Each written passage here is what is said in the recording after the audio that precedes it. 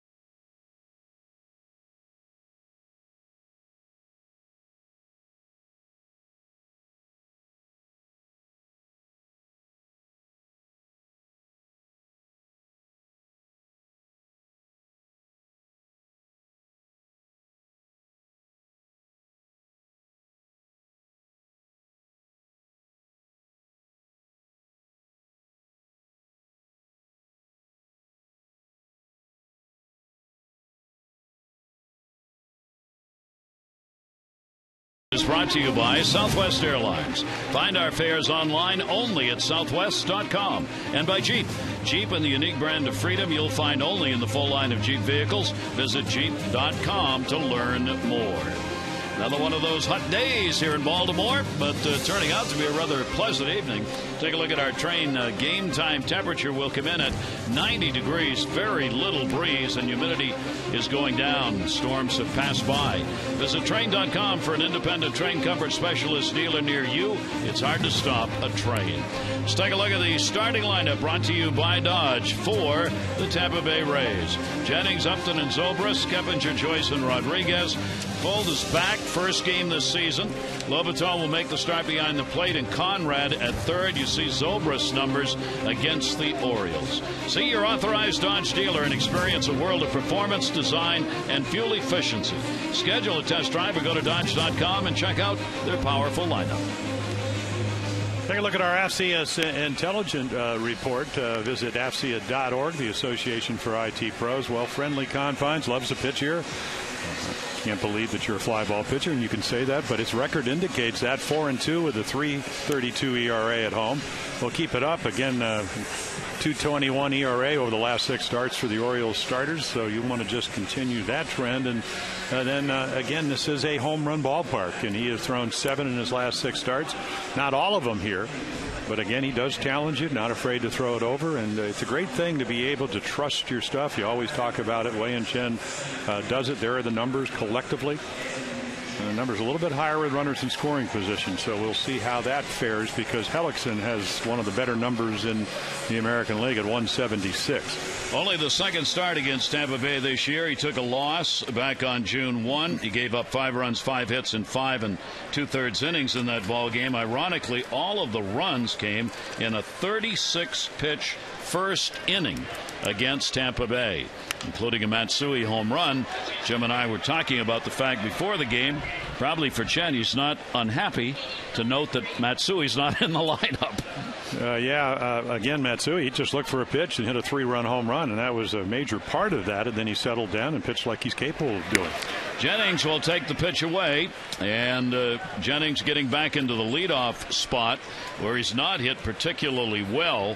Those 7 game numbers you're looking at right there, he was not hitting in this spot in the lineup. But against the left-hander, the decision made by Joe Madden that he wants to get Jennings in the leadoff spot. Madden has juggled his lineup as much as anybody in baseball this year. It is a constant state of flux, not only where they hit, but who's playing in the field and where they're playing. 1-2 delivery taken down low. 2-2 Desmond Jennings. Yeah, Desmond Jennings again 10 for his last 30, but as you mentioned, in the 7th spot. I think the one number that jumps out is why B.J. Upton, who's hitting second, he's only hitting 188 against left-handed pitching, so you want Jennings up there first. And he'll reach for that and foul it back into the screen. For Desmond Jennings against the Orioles this season, he's put up just an 0 for 1. A lot of these Tampa Bay Rays have not played very much against the Orioles due to injuries. The two teams have split the first 6 games of the season series. He had to wait on that, but he couldn't wait long enough. Off-speed pitch, and he pulls it foul and holds the count. 2 balls, 2 strikes. About a 70-mile-an-hour breaking ball right there. Well, that's the hook, and to me, his fastball and changeups, changeup the better of the curveball and slider. Numbers support that. When he does throw the curveball, you want to throw it under the zone. Got that one down, popped up towards second base.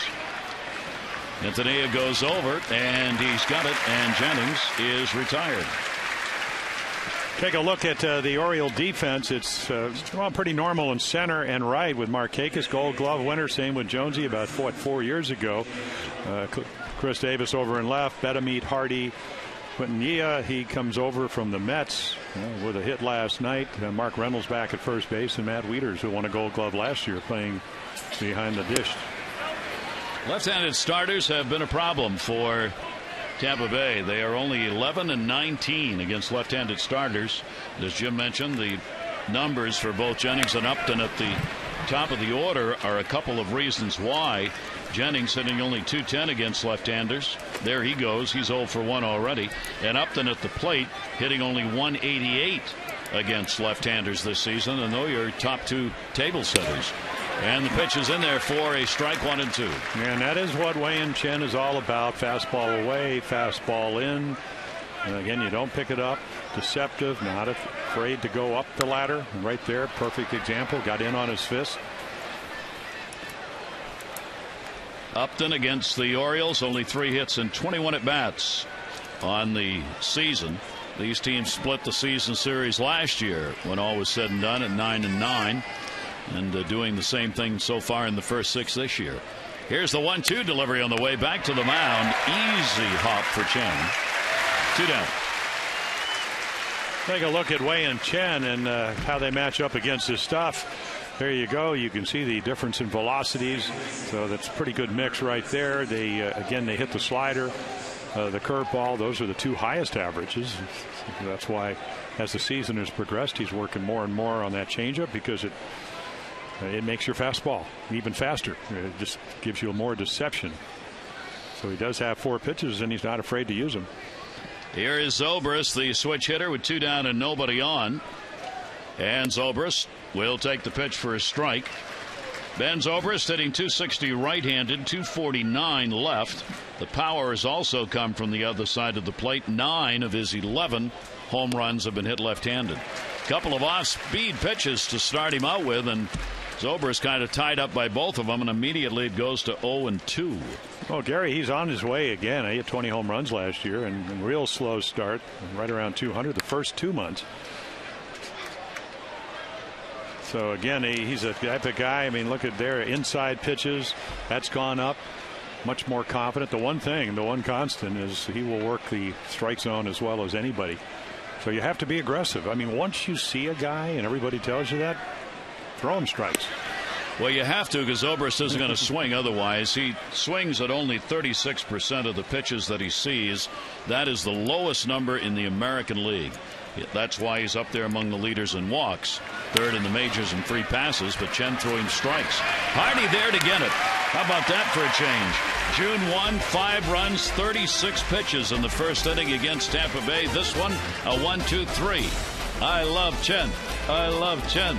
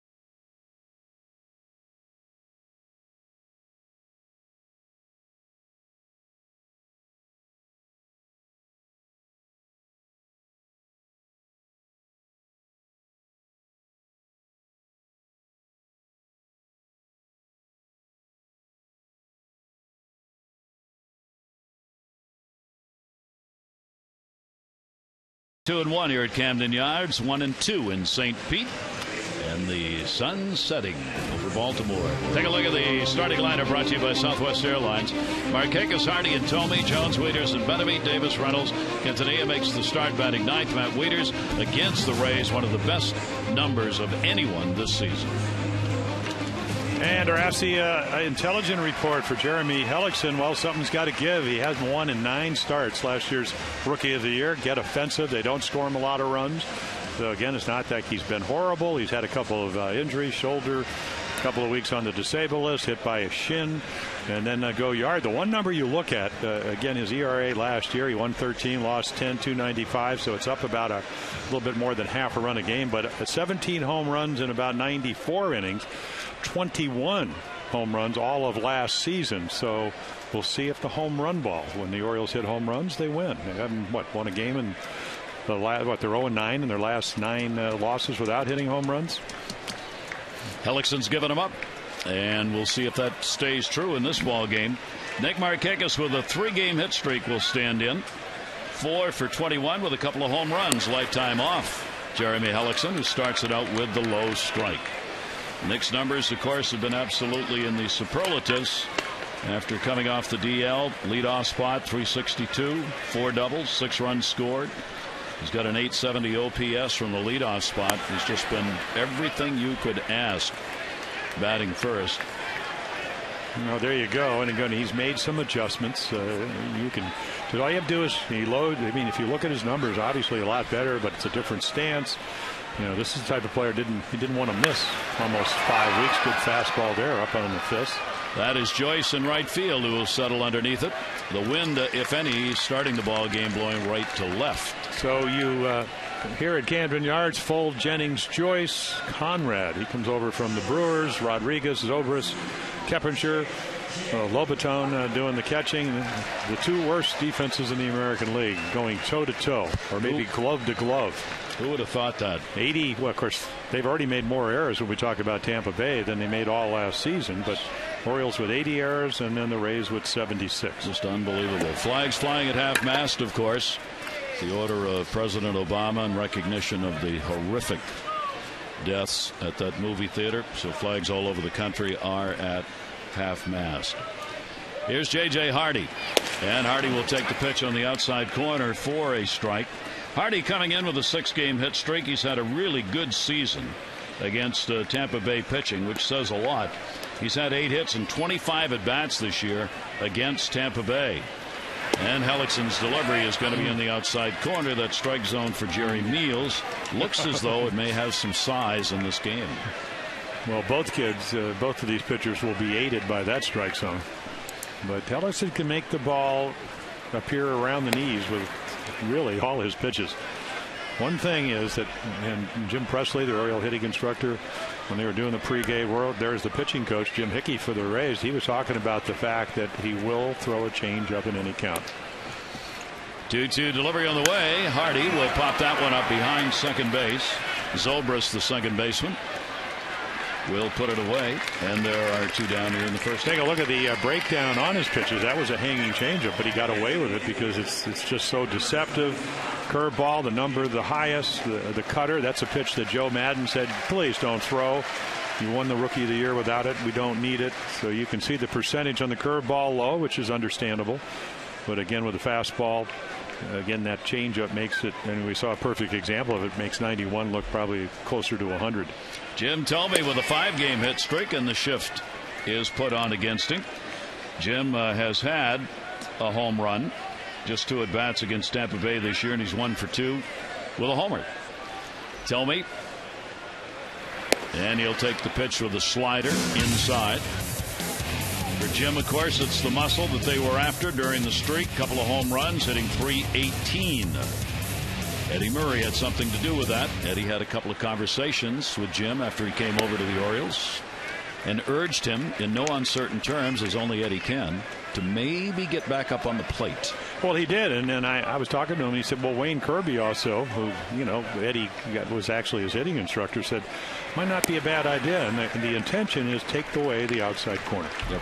And then, of course, Jim Thome said to Eddie, and he was talking about it up at Cooperstown, he said, do you realize when you're on top of the plate what 98 miles per hour feels like? Eddie says, yeah, I kind of have an idea. I've been there. Yeah. Here's the 3-1 delivery on the way, and that one smacked to center field right at Jennings, though, and he's got it. So both pitchers start out by retiring the opponent in order. We've completed 1 here in the first of 3 against Tampa Bay.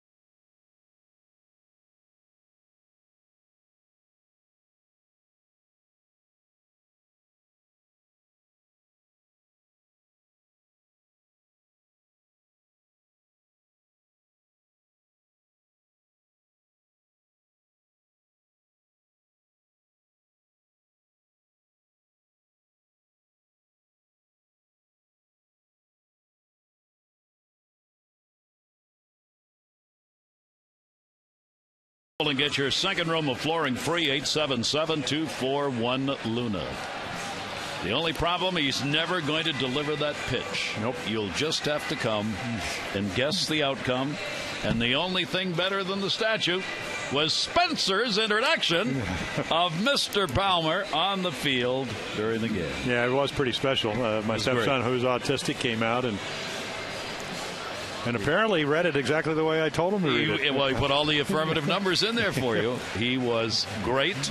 It is featured. If you want to go look it up. Well, I'll make this very quickly, but it was a wonderful day in the sense that, and I've had a lot of nice emails from people that were part of it, and they said, you know what was so special, and you kind of get, because we up here in the booth, you get away from a little bit, is how appreciative the fans were. So, I mean, that was really one of the wonderful aspects of the statue day. Keppinger fouls it off. I think it's held true through all of them, and it will hold true for all six, is the fans' response to the concept of having the Orioles' own statue put up has really been a plus. And the fans have come out, and they've been just in exuberance about the activities of the day and were for Jim. It was just wonderful. Spencer's on YouTube, by the way, if you want to look him up. Look up Spencer, Jim Palmer, you'll find it. Spencer's speech at Camden Yards. And 2 ball, 1 strike count. So now back to the ball game. Yeah, the third guy. Look at those numbers for Jeff Keppinger. They got him because he's a contact guy. He's always hit lefties well. That'll go to second base. Quintanilla's got it. Makes the running throw to get the out. Ground ball showing up early here.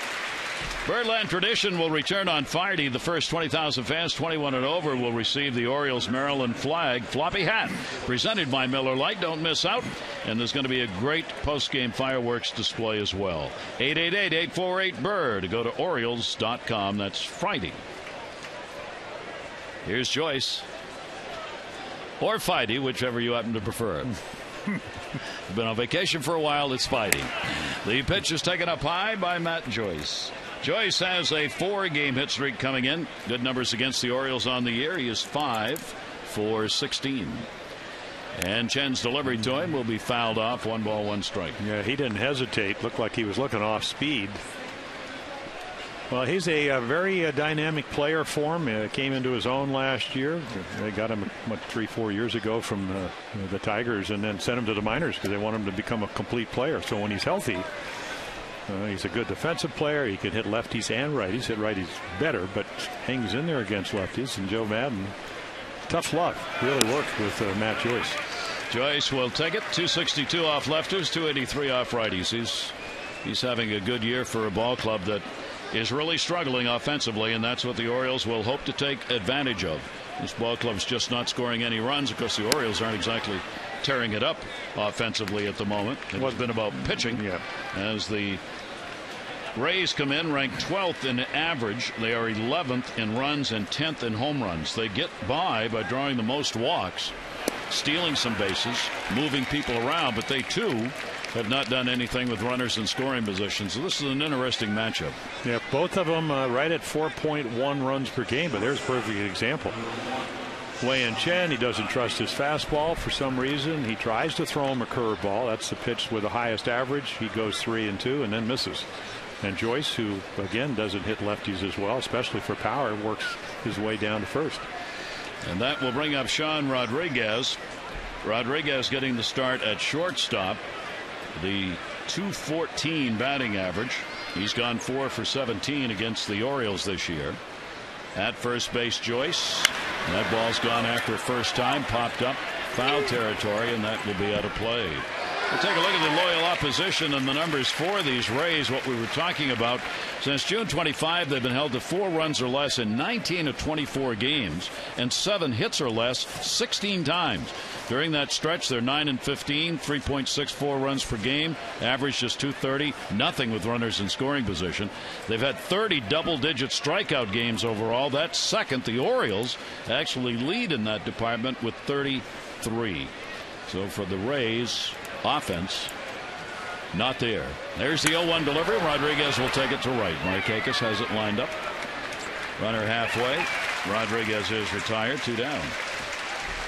And our Maryland Lottery Strike It Rich contestant of the game, Edward Brown Jr. from Annapolis. Edward, you've already won $500 for being selected, and for every Orioles strikeout recorded by a nose pitcher, you get $100 more from the Maryland Lottery. See how you can turn non-winning Strike It Rich scratch-offs into cash. Enter to win great O's prizes. MDLottery.com/strikeItRich. Chen with 2 down and a runner on at first base. Sam Fold mighty happy to be back. This is his first game of the season. Activated today. Yeah, he because of the right wrist injury, rested it all winter. Heard it actually here. Jeremy Guthrie, slow curveball. He said, I tried to hit a home run, hurt it, rested, had to have surgery, but he's a plus defender. And in his words, I said, are you playing? He said, yeah, I had lefties as well as righties. I don't hit home runs off either of them. So it's good. I can strike out either way. But he's a speedster. And he is a contact hitter. Yeah. And Wieters set up low and away, and that's exactly where Chen delivered it, and a 2-strike count. Fold played his first full major league season at the age of 30 last year. He hit .240. Ended up with 20 stolen bases, had 18 doubles and 5 triples in 105 games. Joyce off first base. Chen's delivery with the 0-2 is slapped to short. Got a force at second. And that's where they'll go. No runs, no hits, no errors, and 1 left on base. Rays 4-6 in their last 10. The Orioles come in 5-3 off the trip.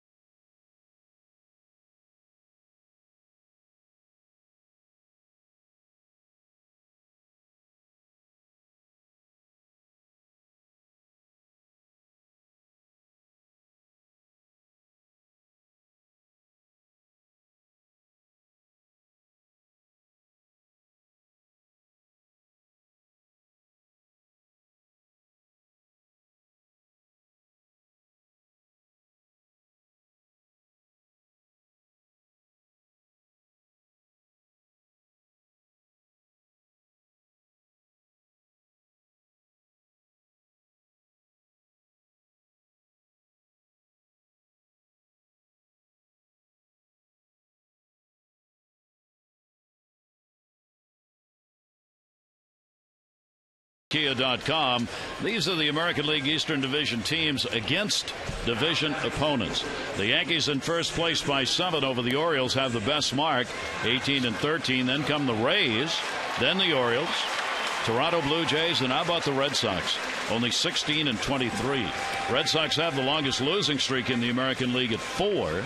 The Tigers in Oakland have the longest win streak coming into tonight's play. Both have won their last 5. Yeah, and the Rays do it, as you mentioned, with their pitching. They're second. Only Oakland with better pitching this year. Last year they were 42-30 within the division. Best numbers on their way to 91 wins because of their pitching. And they are relying on that even more extensively now. And Jeremy Hellickson on the mound. Someone they need to find a way to get a win, because as Jim mentioned, he's lost his 6 last decisions and has not won in 9 starts. Here is Adam Jones. Adam's done well, 6 for 19 with a couple of home runs off Hellickson. He will go after the first pitch and pop it up to right field. Joyce. Here you go, Gary. Again, you'll get good pitches to hit, but in the back of your mind, a 91 looks a lot harder because you know he's got the changeup and he'll throw it all the time. So there's a fastball pretty much in the middle of the plate. The one thing we've seen both of these guys do, and again, we're only in the second inning, is you don't really see this well at this time. The lights don't take effect till probably around 8:30, 8:45. So throw a lot of strikes, and both of these pitchers are capable of doing that. Here's Matt Wieters. Matt has put up big numbers against this Tampa Bay team, hitting .354 lifetime against them. And he's kept it up this year. The highest average against the Rays since 09. Kendrick, Victor Martinez, then Matt Wieters, Melky Cabrera, Torrey Hunter. Pretty select group right there. And he's doing it again this year as he's 8 for 23 with 2 home runs and 4 RBIs against Tampa Bay pitching. And don't think they don't know that. And they're saying, how are we going to get him out? There's a perfect example. Doesn't throw too many cut fastballs. Threw one at his kneecaps. Make him dance a little bit. 1 ball, 1 strike delivery to Wieters. And off the handle. He broke the bat. Pop up right at the plate. I mean, right at the plate. All Levitone had to do was turn around and make the catch. He didn't have to move. I thought that was going to be a pop up to the pitcher. That was right there. Skip out of work early Thursday. Enjoy a special 12:35 afternoon matinee. These Rays, it'll be the final game of the series. First 10,000 fans 15 and over will get the I Back the Birds t-shirt presented by Real Street Staffing. That is on Thursday, 12:35 start. O's and Rays. Was that shirt wick? It better. Here's Betamete. Wilson Betamete, and the pitch will be taken for a strike. It may be somewhat warm on Thursday for the day game. A little 106. That's scheduled. Well, I ran into James Shields, who's going to pitch for the Rays, and he said, it's all in your mind. And that's really one way to look at it. I mean, you're prepared. Little floater that's going to miss, and a 1 ball, 1 strike count on Betamete. Wilson Betamete 3 for 9 lifetime off Hellickson. Hellickson working for the 3rd time against the Orioles this year. 1 no decision and 1 loss. Gets the swinging strike. Lifetime he is 4-2 with a very good 2.36 against the Orioles. It's his 8th career start and his 9th career appearance for the 25-year-old right-hander. You'll see him try to stay away from the fastball if he can, and if he does, he's going right to the edges like that. That's going to be a base hit. Rodriguez up, could not get it. Betamete will make the turn. Played well by Fold, who gets it in on a perfect throw. And there's the first hit. Comes with 2 down in the 2nd inning. Well, what you like is he gets a fastball to hit. I mean, Wilson, again, he's been red hot over his last 14 games. Gets the fastball to hit. And this is a kid that has a lot of other capabilities. He's such a better fastball hitter, especially left-handed, and gets one to hit and doesn't miss it. So the Orioles get a man on and extend the inning, and that will bring up Chris Davis. Davis getting the start in this ball game again in left field. Numbers on the year with the 15 home runs. He's only had a 2 for 15 against the Tampa Bay Rays this season, and lifetime is 1 for 6 off Jeremy Hellickson. Only a partial shift against the left-handed hitter, moving that shortstop behind second, and Zobrist deeper at second base, but they don't go all the way around. They will give Davis that third baseline. Betamete on at first base, 2 down. Outfield deep. And the pitch will come inside for a ball. Hellickson this year has really upped the pitch counts for himself, averaging over 17 per inning, 7th highest. Averaged only 15.5 last season, and part of that has resulted in some walks that have been surrendered, 40 of them in 99 innings, and a lot of them coming with 2 outs. A real irony. Good off-speed delivery away, 1 and 2. Well, yeah, that's the other thing. He's only given up 40 runs. 19 of them came with 2 outs. Now, he's only 25. I think a lot of people, again, rookie of the year. He's a very accomplished young pitcher. He never seems, comes out of Iowa. Met him earlier in the year. Jim Hickey said, no, he's on purpose. You never, if you're taught to not wear your emotions on your sleeve, nobody for a young pitcher does it better than this kid. Betamete getting off first. The pitch will come inside, and the count goes to 2-2. Zobrist was running backwards on the pitch. Talk about adjustments made defensively by players. It oftentimes happens in the pitcher's windup after the infielder outfielder learns what the pitch is going to be. And Zobrist that time, when he found out what the pitch was, started heading to right field. He backed up about 4 steps. 2 balls, 2 strikes. Betamete off first base. Hellickson with the delivery, and Davis will foul that one off outside of first. Yeah, it is difficult when you play the shift. Obviously, the reason you do it is because the spray chart tells you on the ground Chris Davis hits more balls, as does Thome to the right side. I mean, there's your second baseman, and there's your shortstop. But again, you have to, if you're at home here, they told Nicole Sherry, the groundskeeper, cut that lip because you're going to get balls off the lip. You're playing so deep. So again, the groundskeeper trying to make it more conducive if you're going to shift on somebody. Runner was going, won't matter, as Hellickson will record his first strikeout. No runs, 1 hit, no errors, and 1 left on base. The Orioles coming in 51-45 in this ballgame.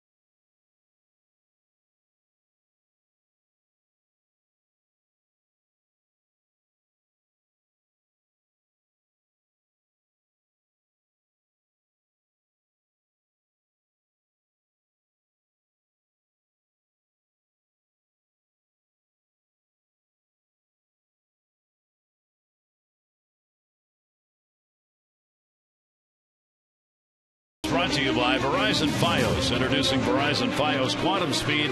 Internet twice as fast as anything America has ever seen. By 5-Hour Energy. 5-Hour Energy fixes tired fast. And by Chevy Cruze, offering the best highway mileage of any gas engine in America.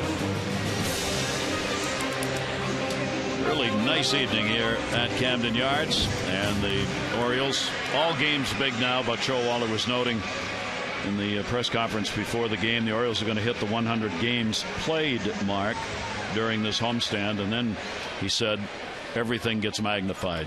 When you get into that final 62, you really can start seeing the light at the end of the tunnel, or the wall at the end of the tunnel, depending on who you're playing for. Certainly for the Orioles, it's a light at this point. Chen will go to work here against the catcher. He'll have 8, 9, and 1 in the order. Lobaton will take the pitch up high for a ball. Leadoff hitters this year, 278 against Chen. He retires 68% of leadoff batters in an inning. He's gotten the first 2 in this ball game. Lobaton will take the pitch away, and the count goes to 2-0. It appears it's again, this is no reflection on the home plate umpire, but it looks like it's going to be a low ball strike tonight. The ball up, not getting called, at least to this point.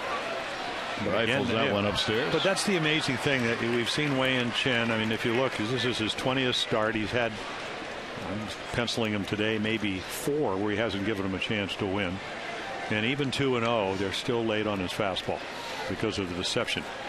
And there's the off-speed delivery that ends up way out in front of that one, 2-2. So you get a fastball to hit, you miss it, then you figure, well, I'm going to get another one, and then he tricks you.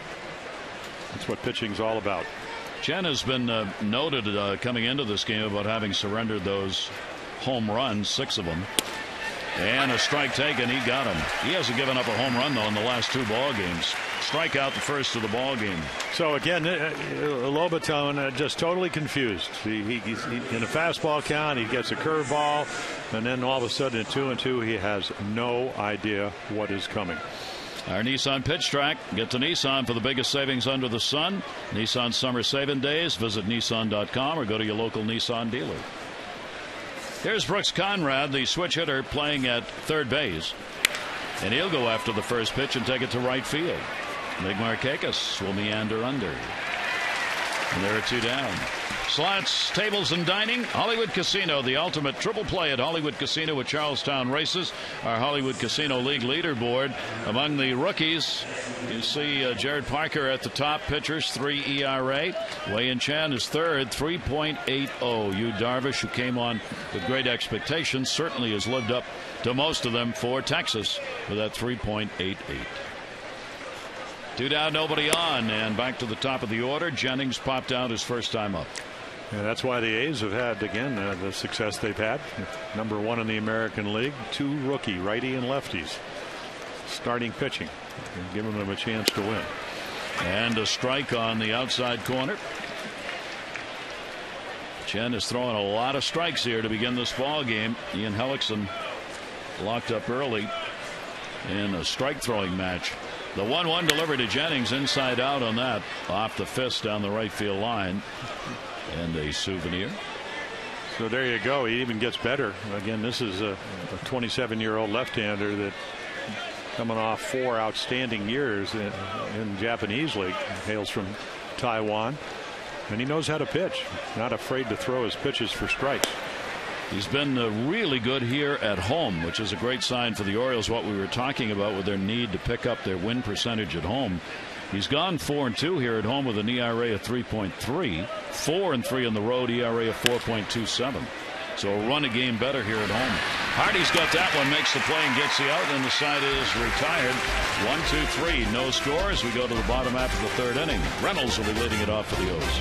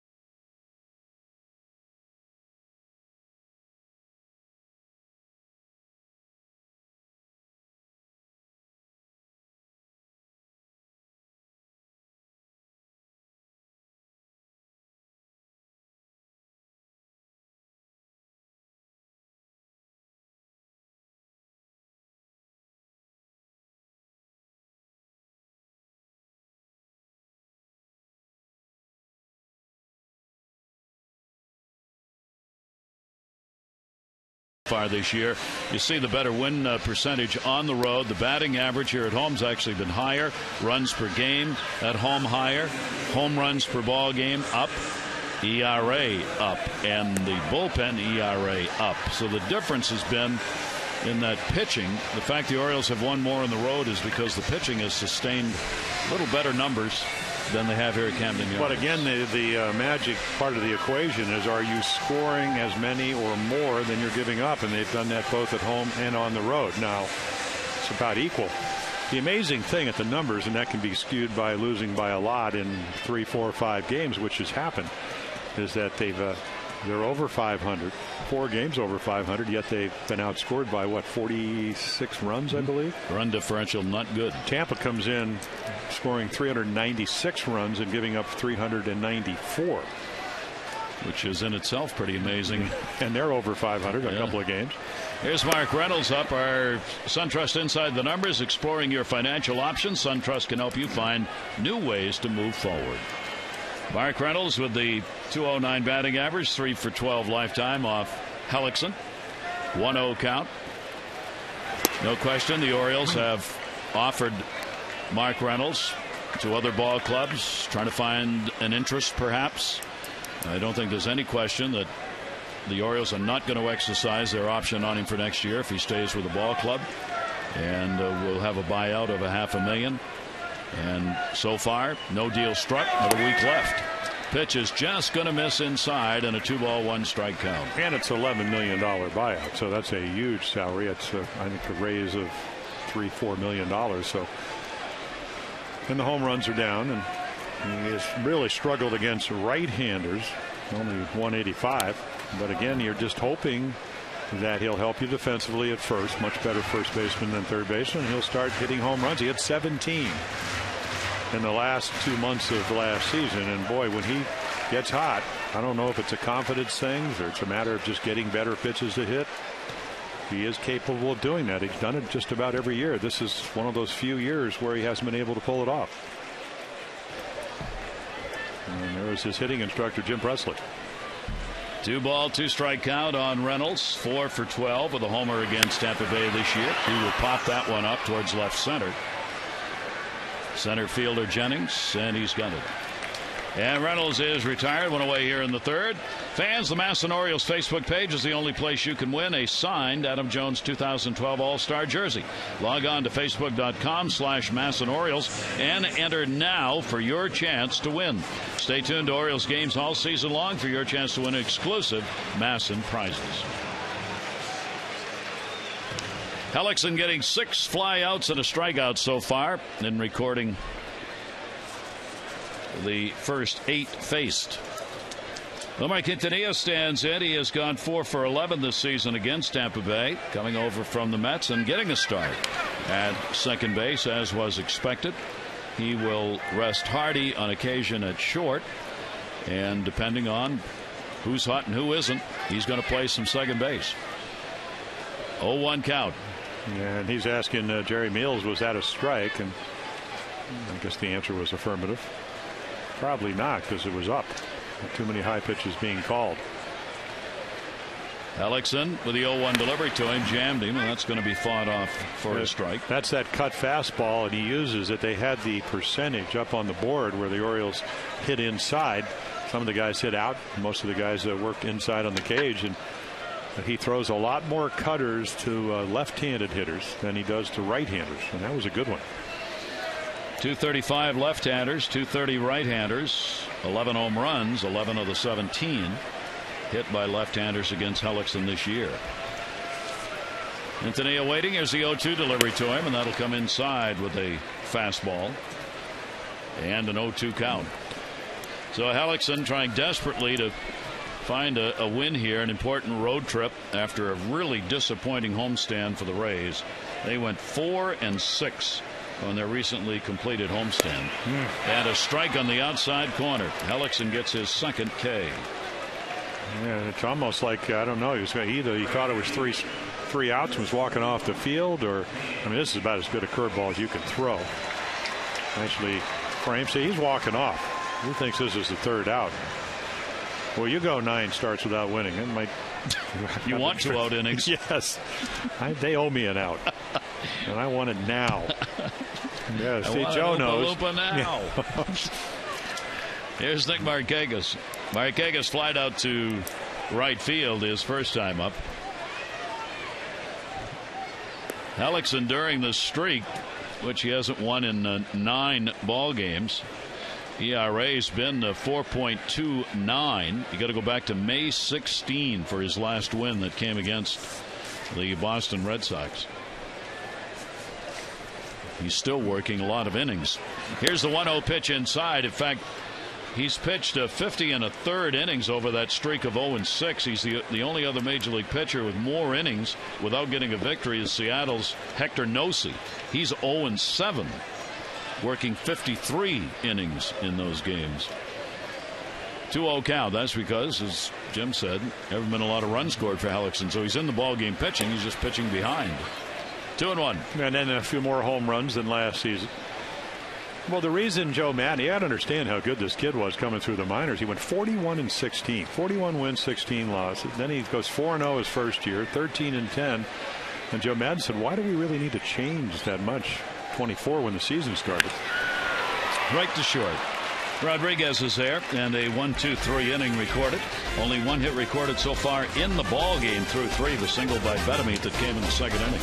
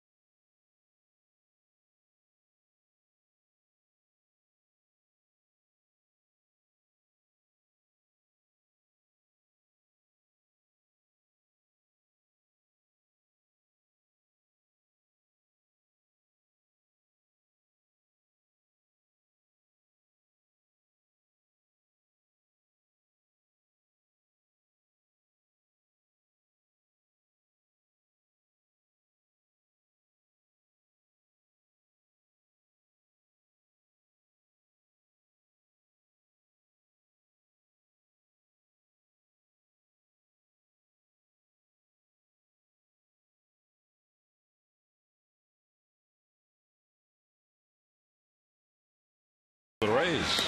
So take a look at Wei and Chen as far as, again, how do you command your stuff when he's up? The batting average is a little bit up, in fact, inflated. But look what happens here in July. And again, he is a command guy. He does have 4 pitches. He is a fly ball pitcher, as is Jeremy Hellickson.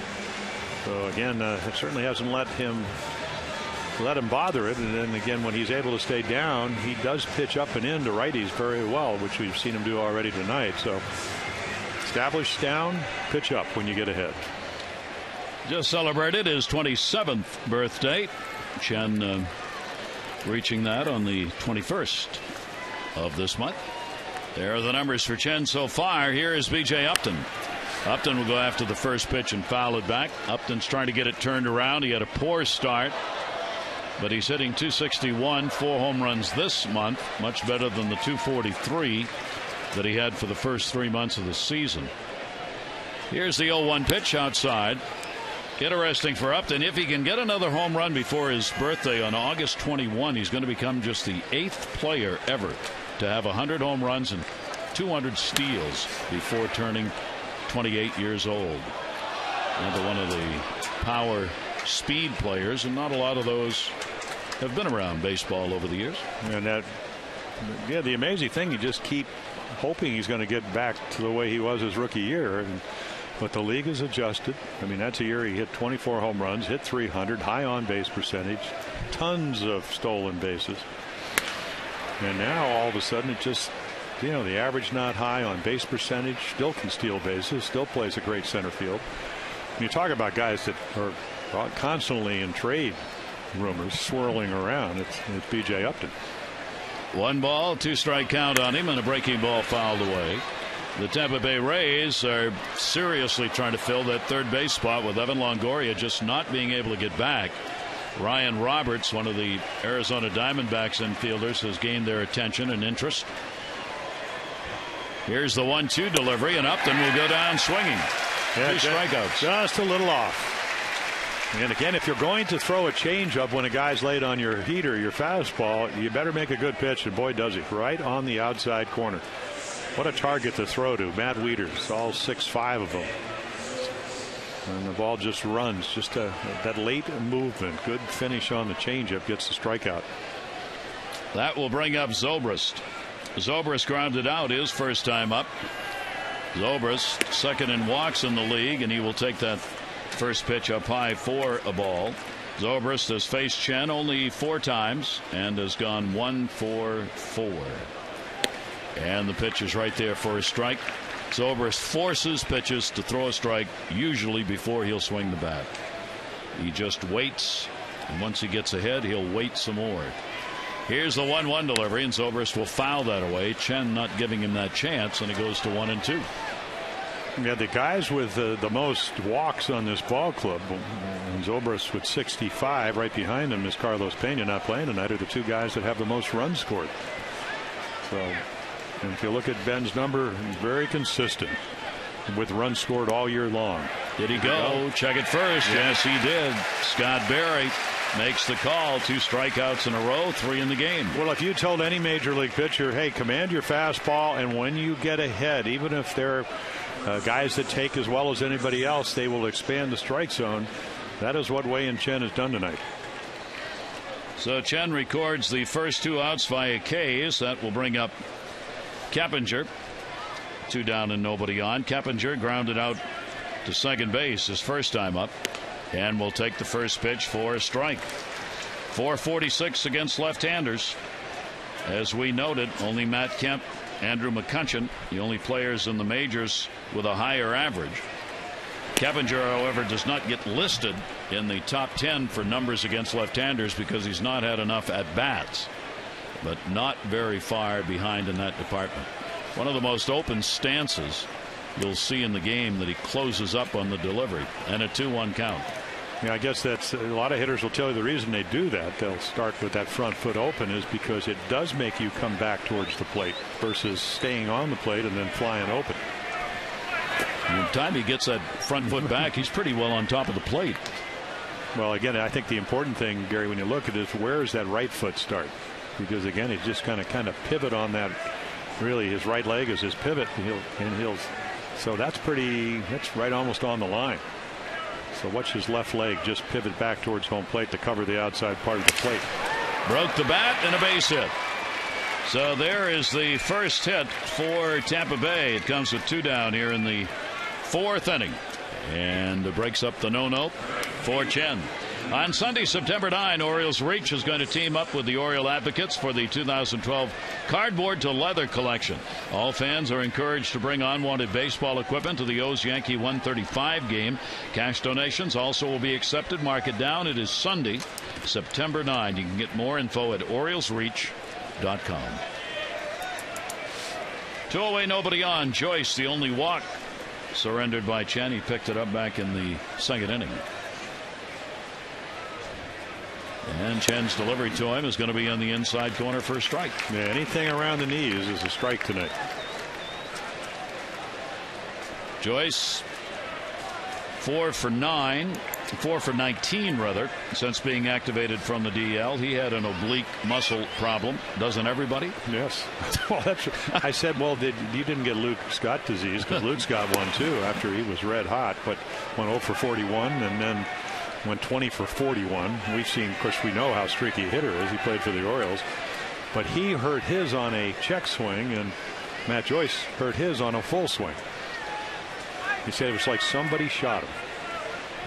The pain players say is really bad on these oblique problems. They just can't do anything at the plate.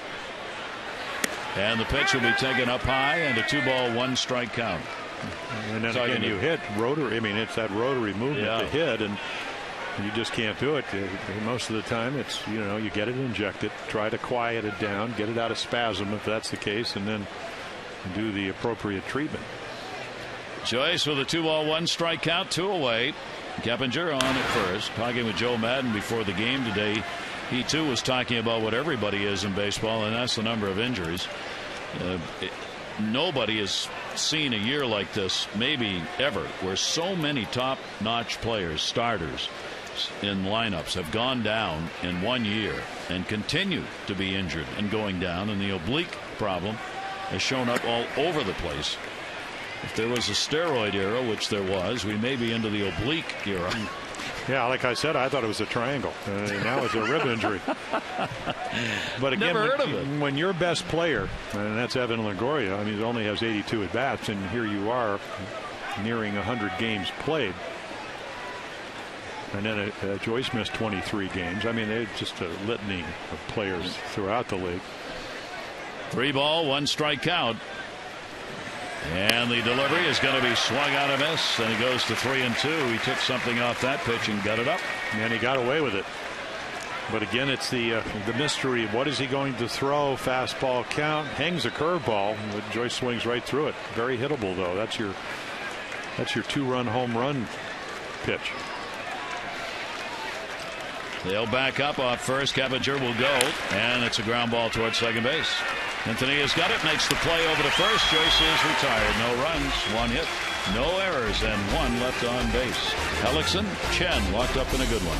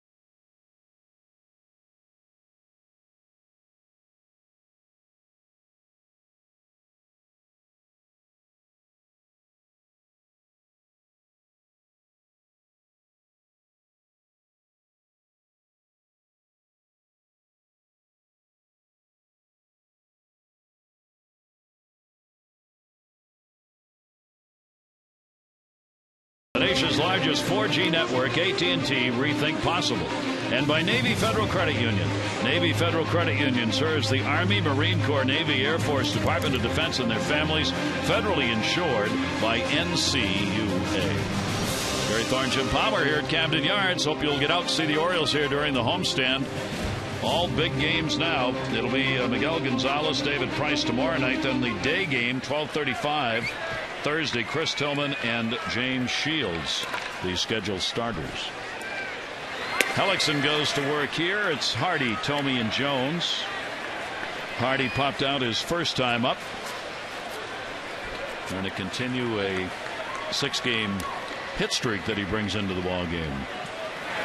Interesting shift. We haven't really seen one like this against Hardy, but Joe Madden has come up with all kinds of interesting shifts this year. Shortstop deep in the hole. Second baseman Zobrist has moved way over.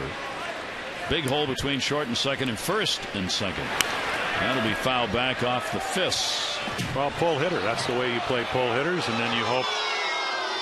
And that's on the ground. I mean, obviously, J.J. Hardy, he hits most of his home runs, all 30 of them last year, and this year 14.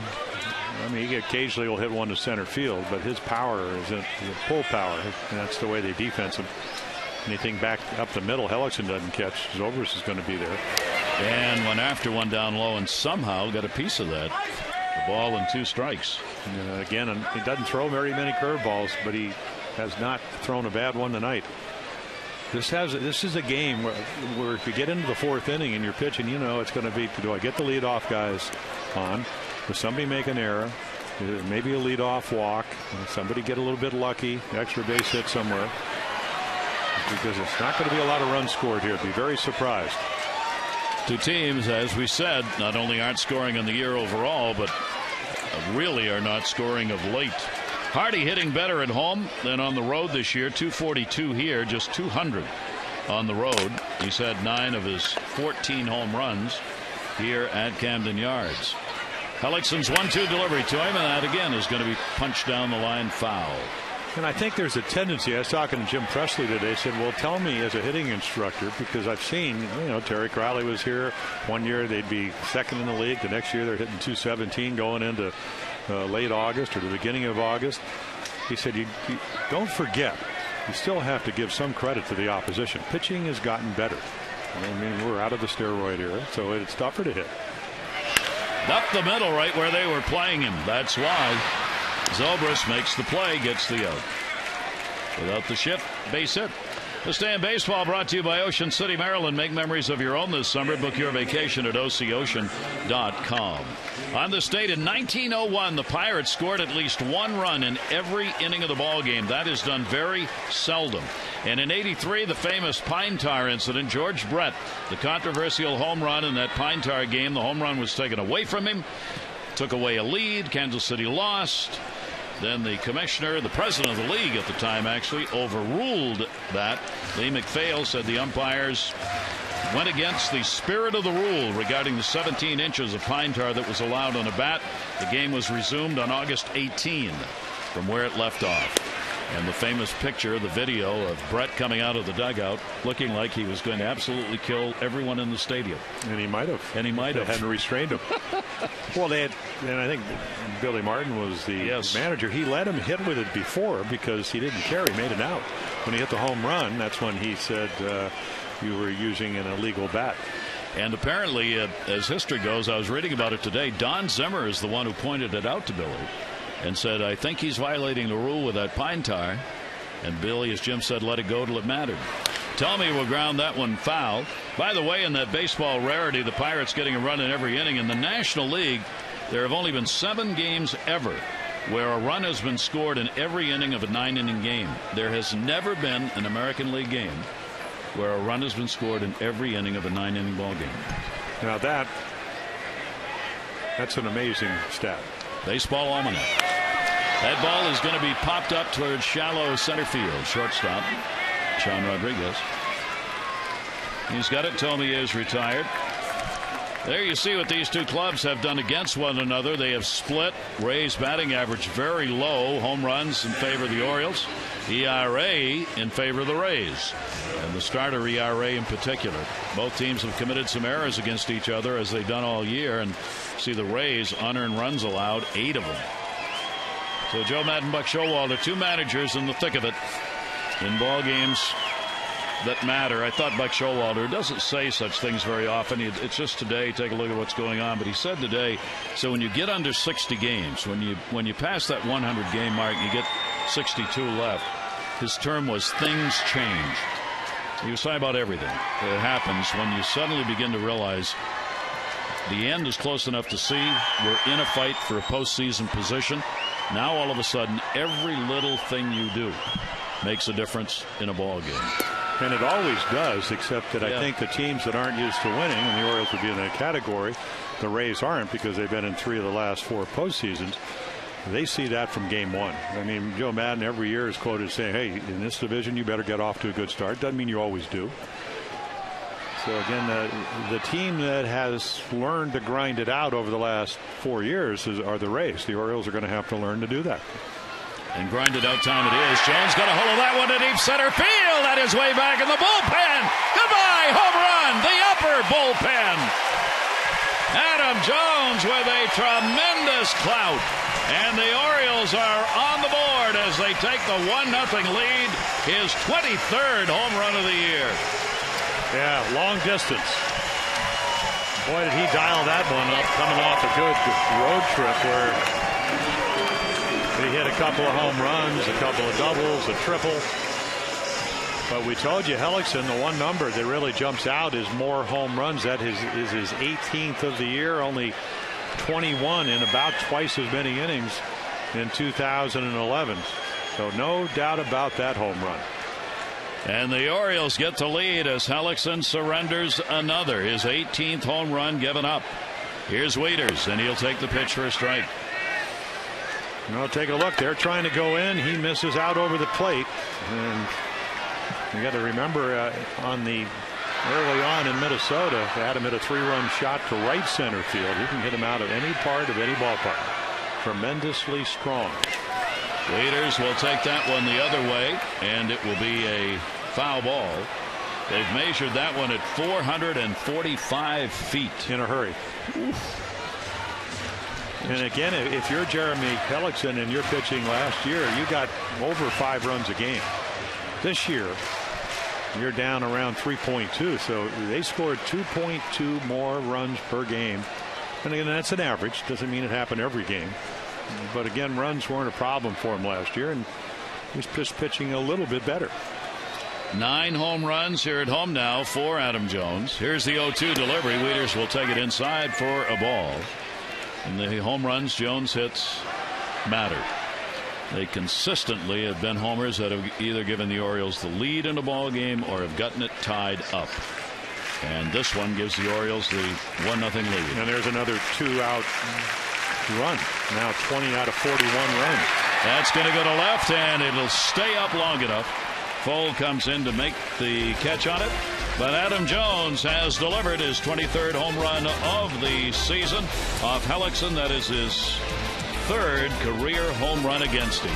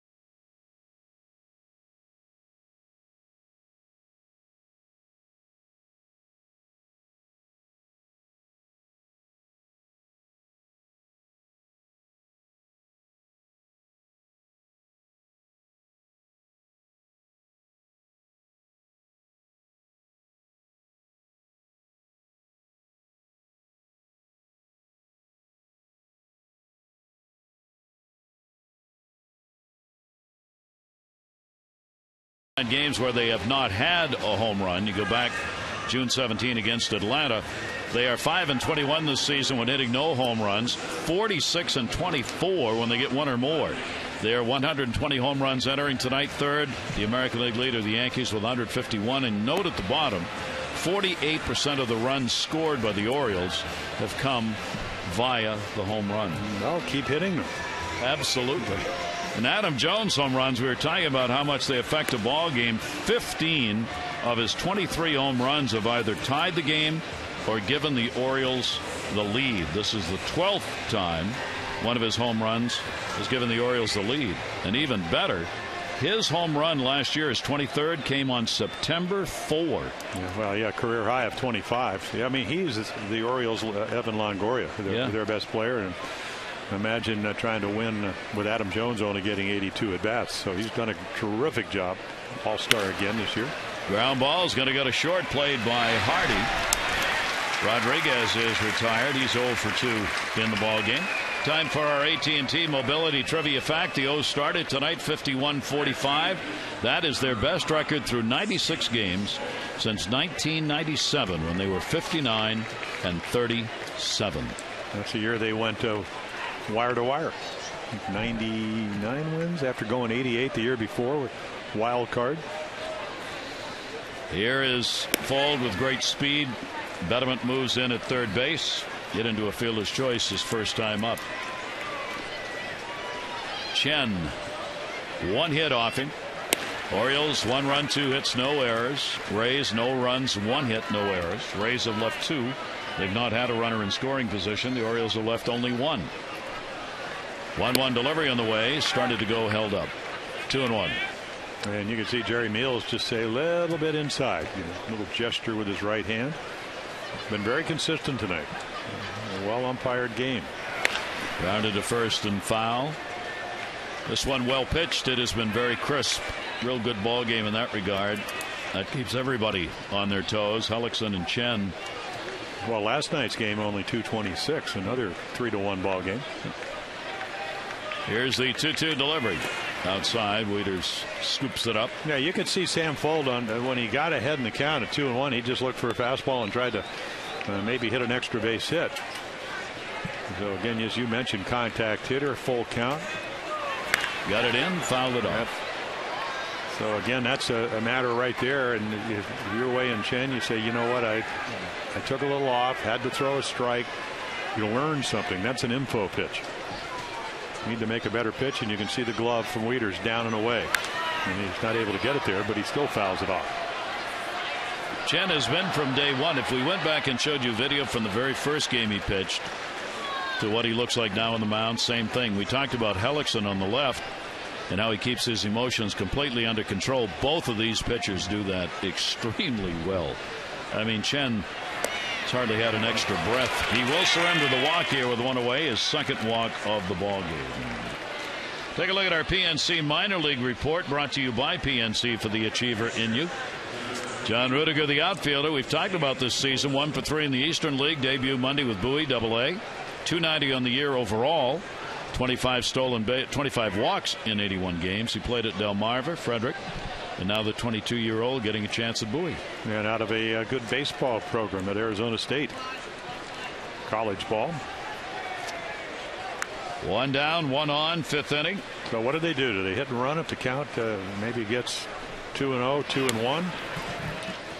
Lobaton fouls it back. The catcher batting in the 8th spot with Conrad waiting on deck.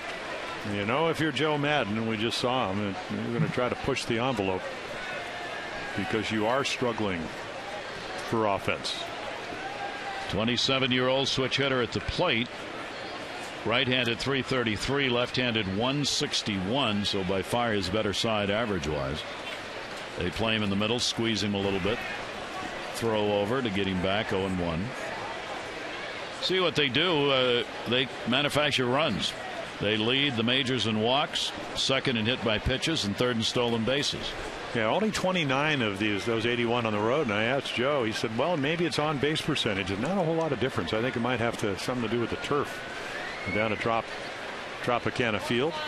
You just seem to be 29 and 12 in stolen bases on the road, and At home, they're 52-16. I mean, a huge difference. 0-1 count. Fold on his first game back. He can steal bases. Yeah, you would think he'd 8 out of 10 against Wei and Chen. So if he's going to go, he's going to just go on that first move and maybe even beat the throw. But again, he's going back to first base. So maybe asking a little much of him in his first game back. Still trying to get the rhythms of running back. We'll see. Yeah, he did not have a lot of rehab games. And again, I think they kind of rushed him back because of injuries. Luke Scott out, Matsui not hitting. An aged veteran, home run guy, not a very good defensive player. 0-2 count. Great breaking ball, and Lobaton somehow able to foul that off. There is Matsui. And again, the big three. I mean, you nailed it when he threw 36 pitches, and 3 of them came on one swing from Hideki Matsui. Just looked fastball and clubbed one to deep right field down in Tampa Bay, or actually St. Petersburg. Matsui hitting 147 in 34 games, 95 at bats for the Rays.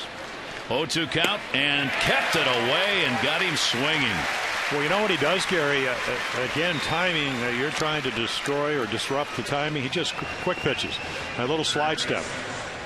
So again, 92 looks probably, or maybe 93, and then he makes a great pitch out of the middle of the plate.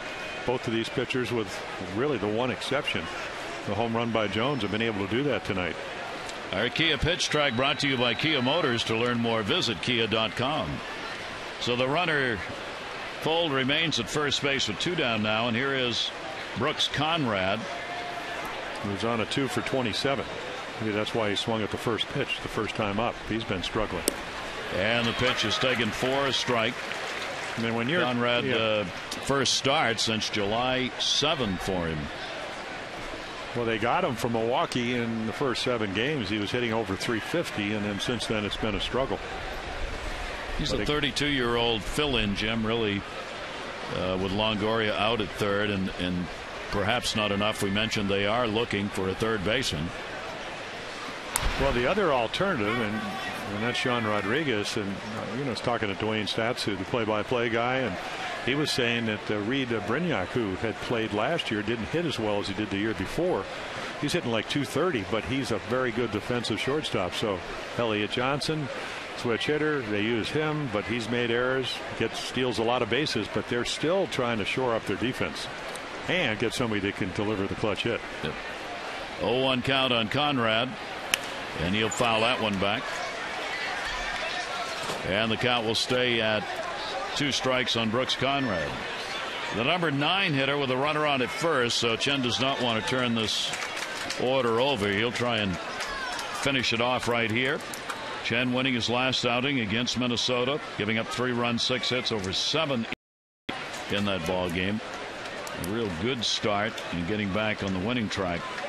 He had not had a win since the 17th of June prior to the win in his last start. Here's the 0-2 pitch, and that's going to be taken down low, 1-2. And then you couple the fact that the Twins had scored in the first 2 games, about 26 runs, 19 in one of those games. Buck Showalter, quieter and quieter as the season rolls on, and I don't mean that in intensity. I mean the intensity building up tends to make him even quieter than he normally is on the bench. 1-2 delivery, hit in the air to left field. That is way back, and Conrad has delivered. Goodbye home run. A 2 RBI homer by Brooks Conrad, and Tampa Bay has a 2-1 lead. His second home run of the year. RBIs 8 and 9. Yeah, again we talked about how difficult it is to pitch in close ball games. 1-run ball game is still a 1-run game, but now all of a sudden just a little slider. It's right in the middle of the plate. Watch the bat head. That's what Conrad's trying to do. Get it to the ball. 82 speeds it up. It's about 12 miles, maybe 11 miles slower than his fastball, and all of a sudden the Rays have a lead. So just the second hit of the ball game, and that walk with 1 away to Fold comes around to score. as Chen surrenders his 16th home run of the season, with 11 of those hit by right-handers. Desmond Jennings, the 0-1 delivery to Jennings is swung on and missed. Jennings has popped out and grounded out. Yeah, one of those pitches, Gary, that Wayne, whether he wins or loses tonight, will go back and go, why did I ever throw it? You know, it was well intentioned. He just did not make a good pitch, and Conrad was waiting. Here's the 0-2 delivery. Had a reach for that one. Pops it up down the line and right, and that will be a foul ball. Yeah, I've always said, having pitched close to 4,000 innings at the major league level, maybe with postseason, is that you usually command your fastball when you're pitching well, and that certainly is the case, better than your breaking ball. And that's, you know, you can stay out of the middle of the plate more often with your fastball, and we've seen him do it all night long. And again, the curveball, sometimes you want to keep it down, but that one was just down and down in the middle of the plate. And Brooks Conrad goes from 2 for 27, now 1 for 1 with a 2-run shot. Man, don't have to say much to that. That about sums it all up, doesn't it? And Jennings will ground that one towards third. Betemeet on the run. The throw is on the money for the out. 2 runs, 1 hit, no errors, nobody left on base. Conrad with his 2nd home run of the season. 2-1 Rays.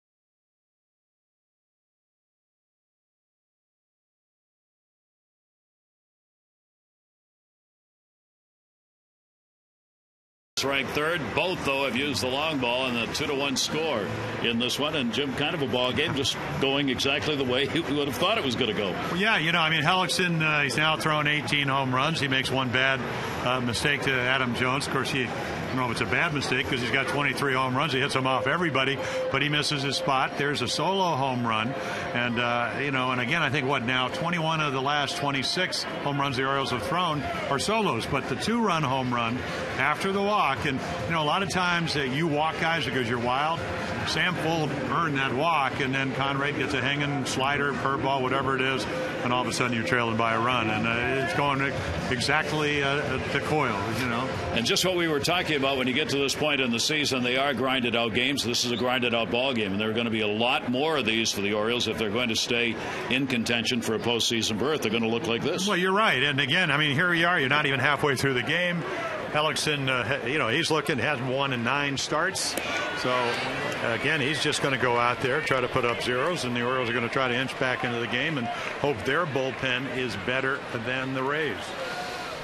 So the Orioles now down as Hellickson gets a couple of runs to work with. 2-2-0 for the Rays, 1-2-0 for the Orioles.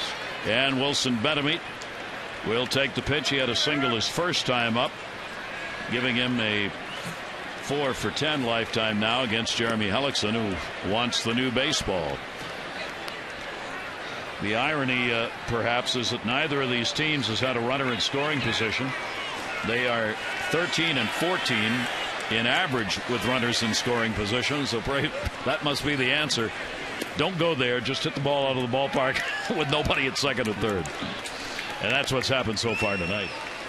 Yeah, it's all about getting good pitches to hit. Adam Jones got one, and the same with Brooks Conrad.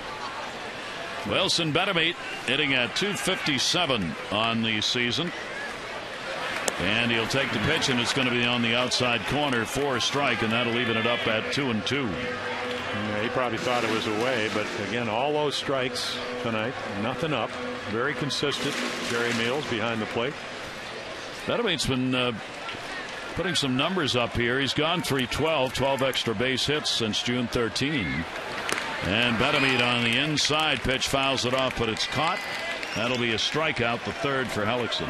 Well, this is, again, we talked about, is it good pitching or is it the fact that hitters aren't hitting? But again, he throws a changeup and a fastball count down and away, and then watch this, inside corner.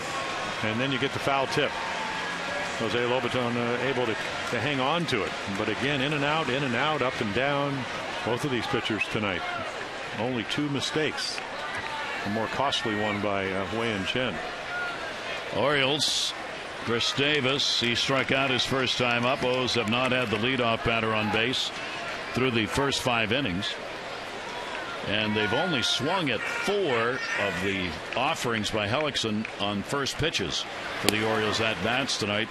Orioles have tried to make him throw a strike and not go after the first one. We said his pitch count has been up this year compared to last, but tonight he's coming in with strikes and getting ahead of hitters. Davis, 1 ball, 1 strike delivery on the way, and that pitch will be bounced down low. 12 out of 16 first pitch strikes thrown in the ball game by Hellickson so far tonight. Yeah, he's done a nice job of commanding all his pitches. But again, the hitters count. But again, you don't know what you're going to get off this youngster because the changeup is always an option. And there it is. And we'll pull that one foul. I want to remind you the Mid-Atlantic Sports Report coming away tomorrow 5 to 6:30. Tom Davis, Mel Antonin, Phil Wood, Dave Johnson will have all the Orioles news and notes. That comes your way tomorrow at 5 on Masson. And Davis on a swing and a miss. 4 strikeouts for Hellickson, back-to-back Ks here in the 5th. You know, another fadeaway changeup. Watch this movement. I mean, he sells it so well. Great arm speed. Fastball hitter at the plate. Davis well out in front. You know, they're messing with him tonight. Slower and slower. 2 down, nobody on. Here's Mark Reynolds. Reynolds flied out to center field. His first time up. Play him to pull in the infield, pretty much straight away in the outfield. And he will take the pitch away for a ball. He's had 3 hits and 13 at bats, lifetime off Hellickson. Against the American League East, some good numbers for Mark Reynolds. He got a hanging changeup to hit the first time, but skied it. Got under it. There's another one. That's a good one. Well, he really throttled back. He stays right on the right side of the rubber, so he's got a perfect angle right to the outside corner against righties. Also, he loves to pitch lefties in with a cutter, and then again he can hit the changeup that'll run across the plate with great movement. Now he's going to come in. 1-1 delivery. Reynolds will pop that one up in the air to center. Very high. Jennings moving over a bit, and he's got it. And a 1-2-3 inning here in the 5th. Jones has the homer for the Orioles for 1. Conrad the homer 2 for the Rays.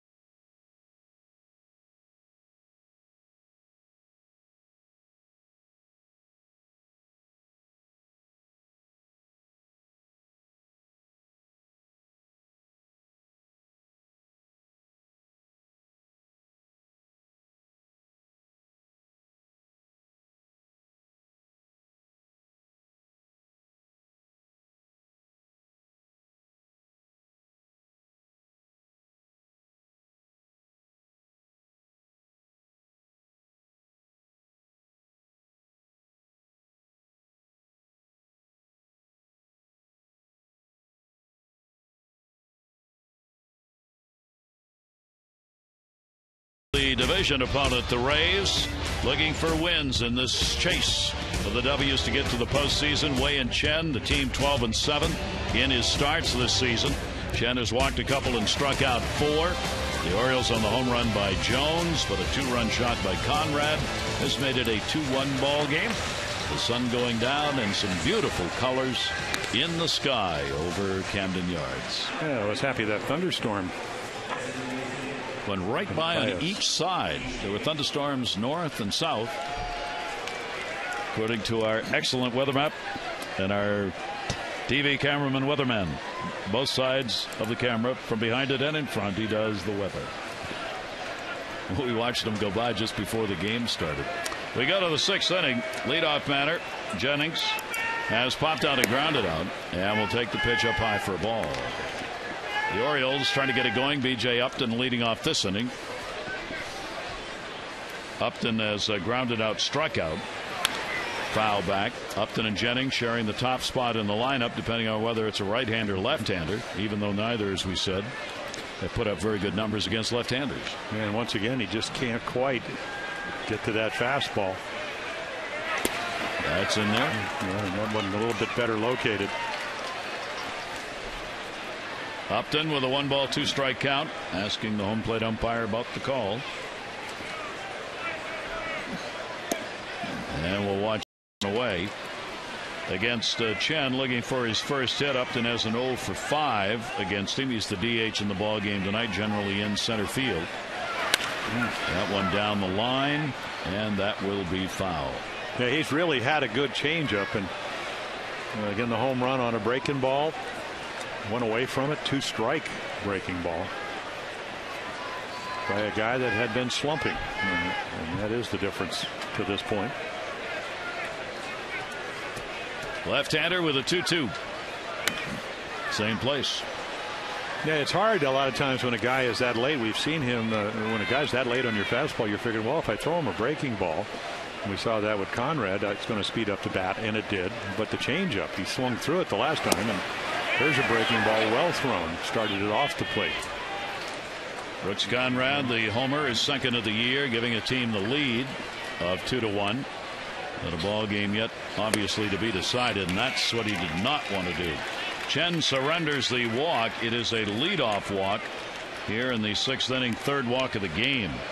A Rose Extra postgame tune-in brought to you by PNC Bank. For the achiever in you, Jim and Rick standing by here at the ballpark with a look back at however this ends. Buck Showalter will listen into his press conference, player interviews, and more coming up after the game. So the pitch count at 94, but they've been pretty arduous to 94 because of the scoreboard. Every one has meant something. And it is a warm evening. And a lot of humidity. Zobrist has an 0 for 2. And will take the pitch up high for a ball. 3 walks, 4 strikeouts for Chen. And this is where, again, Wei-Yin 27 years old, and you can see Matt Wieters saying, hey, let's get the ball back down in the strike zone. It's not always easy to do if you're a little fatigued. Jogging around there at first base was Upton, so Chen stepped off and just looked over. Upton kind of dancing around over there just to draw his attention. Well, he has 16 out of 21 when it comes to stealing bases. Huge lead. And he balked. So a balk is called, and Chen goes wide. It was the second base umpire, Gary Darling. Well, Chen very upset. Well, he stepped off. I mean, it's like throwing a double after you walk somebody if they call the balk, and we've never seen anything like this as far as. So again, see, he did balk. It looked like he started with that right hand, and Rick Adair, the pitching coach, is going to come out to talk to him. And when he looked back, see, you have to do it. Mike Cuellar used to always start his hands, but he would go to a position every time. But it looked to me that maybe that right arm started, and if you start, you have to step off if you don't complete. Gary Darling immediately signaled to Chen when he looked that that's exactly what happened. You started and you stopped. See, now he's again, his call is that, again, and Cuellar used to do it, but he used to kind of take his arms and go down almost to his front knee, but he did it every time. The idea is a deceiving the runner move, but which that wasn't. That was not anything that would deceive the runner. It was more like a nervous twitch of your arm. But don't think that Gary Darling also wasn't looking at what B.J. Upton was doing over at first base and jumping all over the place, because he does represent speed. So runner at second base. Here's that runner in scoring position we were talking about. And at the plate is Zobrist. Zobrist has had 2 different seasons against left-handed pitchers so far. He started the year hitting 179 in the first 2 months against lefties. Since the 1st of June, he's hitting 340, 354 against left-handers. Has an 0 for 2 in the game and a 1-0 count. And what he's going to try to do is slap something to the right side, either for a base hit, get the runner over.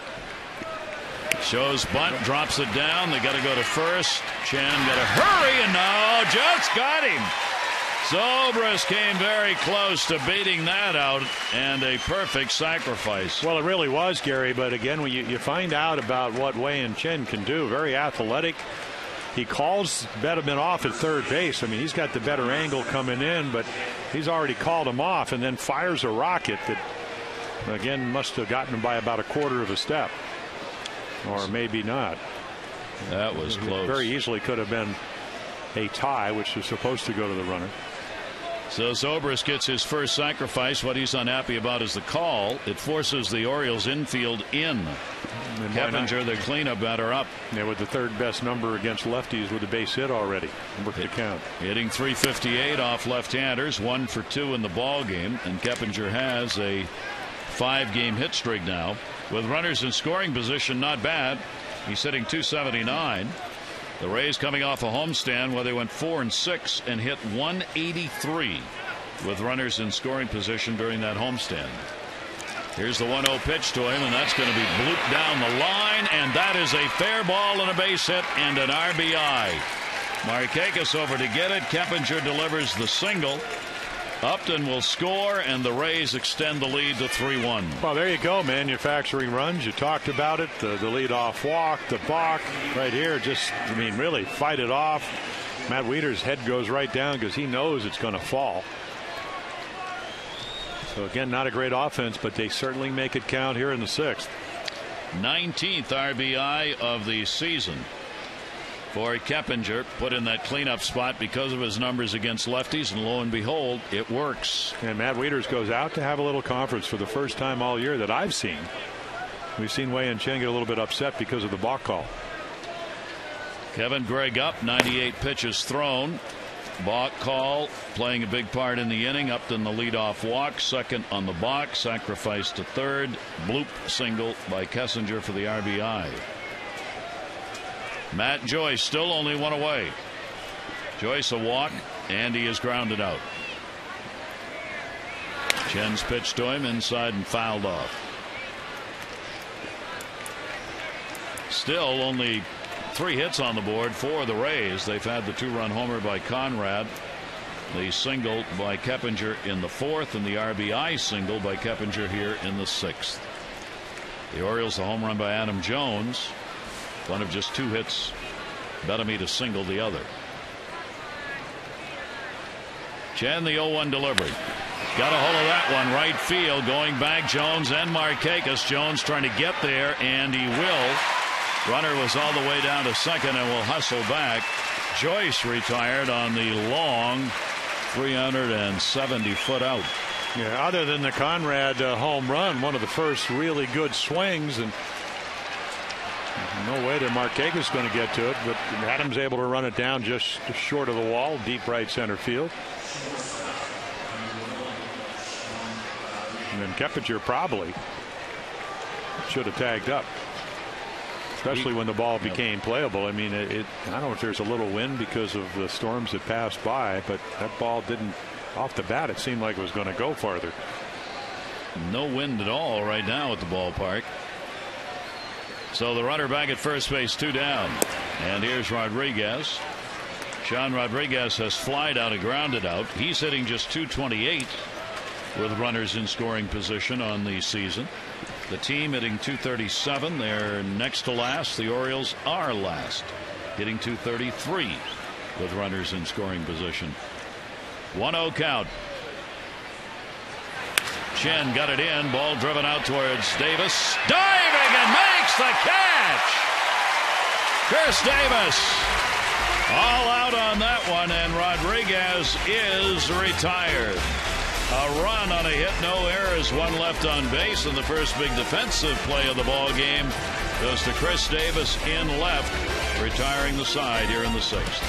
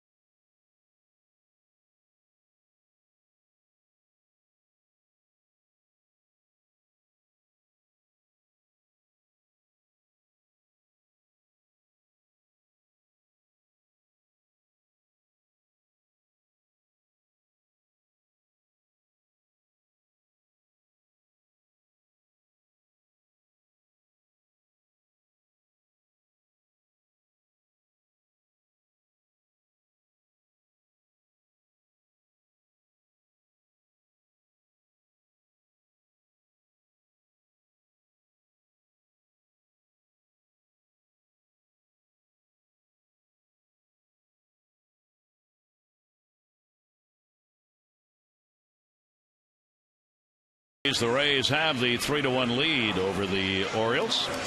Take a look at our East wins on our notebook. The Red Sox, they have fallen below 500 for the first time since June 16, and they are in last place in the East. Joe Girardi of the Yankees saying Ichiro's going to play left field and bat in the bottom third of the lineup. He did in the ball game yesterday. Ended up getting his first hit as a Yankee. Went 1 for 4. And for Toronto, JP Arancibia, 342 in the last 12 ball games, 3 doubles, 4 home runs, and 11 RBIs. Toronto, with his help, able to move out of the cellar. They are 9.5 behind the Yankees now, and a full game ahead of the Red Sox. First pitch fouled away. Quintanilla out. Yeah, it looked like he was looking change up. Nice little swing. Well, you have a choice. He throws enough breaking balls. It almost seems like it's 50-50 tonight. That you can look soft till you get the 2 strikes. But he hadn't made a lot of bad pitches. Only the one to Adam Jones. Missed his spot with his fastball. 7 first pitch swings by the Orioles so far against Hellickson in the ball game tonight, including the one by Quintanilla. And again, the pitch count, I mean, minuscule at 74. About as effective as he has been all year in that regard and in the results. Fouled away. 18 start, and you know, again, the shoulder problems, missed 2 weeks. That was back in May, I guess, right after he gave up 8 runs. His only really bad outing. Gave 8 runs on actually in June 14th, and they put him on the DL, and then hit by a ball against the Tigers. Right in the shin. That's another thing. I mean, they've lost Jeff Neiman with a broken shin. Hit earlier in the year, one of their starters. He might have been able to run to first on that, but he didn't. Got to go to acting class on this one. I mean, again, I don't know how he gets out of the way. Yes. No, I guess it didn't get the uniform. If you can think quick enough, you turn around and run to first. Well, that's like bullfighting right there. There comes the bull down the avenue. Quintanilla, 2-ball, 2-strike count on him. Hellickson goes away, and the count goes to 3-2. Markakis and then Hardy do up. The Orioles down by 2. We are in the 6th inning. Hellickson trying to get out of his 6-game losing streak in that run of 9 and without a victory. And the Orioles trying to pick up a win here at home. Take the series season lead against Tampa Bay. 3-2 delivery. Quintanilla up the middle, knocked down, and Hellickson makes the play. And hopefully for him, that hit the heel of the glove a little bit. Yeah, when you get a line drive back up the middle, you end up about 54 feet. If it's on the glove side, you got a chance, and that's exactly what it is. If it's to the other side, only your shortstop can catch it. I mean, your glove becomes a defense mechanism in the sense you can knock balls down, you can catch them, you can use it as a shield of some sort. Close one. He got it, and he's all right. Home plate umpire went out, Jerry Meals, just to make sure he didn't want time. So one down, and the Orioles still do not have a leadoff man on through 6 against Hellickson, who retires 73% of leadoff batters. Nick Markakis 0 for 2. He has lined out and flied out, and will take the pitch inside for a ball. Nick coming in with the 3-game hit streak. He went out for some extra BP today, hitting at .274 on the season. Hellickson with a 1-0 delivery. And misses 2-0. Hellickson's not fallen behind many hitters in this ball game. Well, he gets back in the count, Gary, because his ability to throw that changeup. This would not be a curveball count, but we'll see if Nick is sitting soft. Nope, missed again. 3-0. So behind the first 2 hitters here in the 6th. 4 strikeouts, no walks so far for Hellickson. Orioles trying to get the potential tying run to the plate. He bores in with that one, and the count goes to 3-1. Well, the one thing about Jeremy Hellickson, we told you about the great minor league numbers, somebody caught him properly, because he can maintain that windup and throw quality strikes even when he gets behind. 3-1 delivery. Markakis swings at it, hits it to right field. It is deep and off the top of the scoreboard. Going to try for second base. Joyce's throw will not be in time. A double and missed a homer by a matter of a couple of feet. Yeah, I don't think he wasn't sitting changeup, and that's exactly what he gets, because he just goes out there and flips his wrist. Watch this. Boom. Just attacks the ball, thinks it's going out. I'm not sure that Matt Joyce doesn't get fooled either. Full extension, and then the ball deadens. Otherwise, if it comes off the wall, maybe a little bit closer.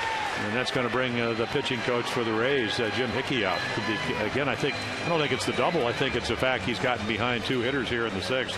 Bullpen has not been active. There's a little movement in the bullpen as Joe Madden gets to the toughest part of the game. Do I have anything better than what's on the mound as far as pitching is concerned? And Hellickson has certainly been tough, but the Orioles now in the 6th will get the potential tying run to the plate. Well, they have a good pen, as you know. I mean, it's funny, tells you how competitive. They're 9th in relief, but their ERA is still about 3.36 runs a game. The Orioles are 4th. We're first till a stretch of bad outings at 3.08. Here is Hardy. Goes after the first one and fouls it off. Another off-speed delivery. Hardy has popped out, grounded out. 8 for 27 lifetime now against Hellickson. JJ picking the pace up during this hit streak that he's in, and he would love to connect with one right here with Markakis on at second base. No big lead. Zobrist is pulled over towards second, the second baseman, so he's right on the bag. That one ripped in. It is a foul ball. Yeah, it looks to me, Gary, that here in the 6th, the Orioles have made some nice adjustments. Hellickson's not commanding his stuff. That's a curveball that stays up, and he hits it hard, but just misses a double down the line. These are all the signs that Joe Madden needs to get somebody up in the bullpen. Hard throwing lefty Jake McGee up. Count goes to 0-2. We talked about the Orioles' problems getting them home. The Orioles 153 with runners in scoring position since the middle of June. They have really struggled with it. 10 times in the last 14 games they have had 1 or no hits with runners in scoring position in a ball game. And they put 10 runs on the board in Cleveland. We're still 2 for 15 that night with runners in scoring position. And that's almost impossible, isn't it? 0-2 count on Hardy. See what Hellickson delivers outside with a fastball, 1-2. Yeah, it's not about velocity for Hellickson, because he's dialed it up to 92, 93, and 91 all night. It's about command. I mean, you could see Zobrist right behind him, and that's where JJ hit the last ball. Hit a bullet right up the middle, and Ben Zobrist was there to catch it. Zobrist holding Markakis very close. Here's the 1-2 delivery, and Hardy will ground that one to third. Runner's got to stay. Conrad's throw is there. Hardy is retired. Does not get the runner moved up, and there are 2 down. The Orioles Legends Celebration Series continues on August 11th. Eddie Murray will be honored with the larger-than-life bronze sculpture in the new center field picnic area. All gates open at 5. Ceremonies 5:15. All fans get the replica Eddie Murray sculpture, so help honor Eddie. That will be on Saturday, August 11th. So now with 2 down, here's Jim Thome. Thome hitting third in the lineup. He has popped out and flied out.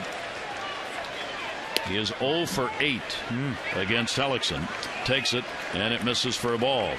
By about a quarter of an inch. Well, the good news when you have Jim Thome, who did hit 2 home runs in Cleveland, you're 1 swing away from tying it up, even though the Orioles will take a soft single somewhere with 2 outs. Thome with a 1-0. Markakis a big lead off second, and that pitch will miss down low, so he gets the hitter's count. He goes to 2-0. And then remember, again, for Jeremy Hellickson, he's given up 41 runs. 20 of them have come with 2 outs. 2 outs has not been a good number for him, amazingly. Even though the runner in scoring position numbers 11 for 66. A great number. 2-0 delivery to Thome outside 3-0. Thome hitting .235 here at Camden Yards in his career. He has hit 18 home runs in this ballpark in the 72 games that he has played here. 90 pitches thrown by Hellickson in the ball game. He's behind 3-0 again, second time in the inning. 2 down. And he could be swinging. He takes it for a strike. Yeah, I think Jim was looking inside middle. I doubt if he had the take there. 3-1. Orioles down by 2 in the 6th. Looking for the long ball or an extra base hit by Thome to get Markakis in. Here's the 3-1. Thome down to first base, right into the shift. Keppinger is there, and that will retire the side. No runs on 1 hit, no errors, and a base runner left on. It is a 3-1 ball game. Rays on top.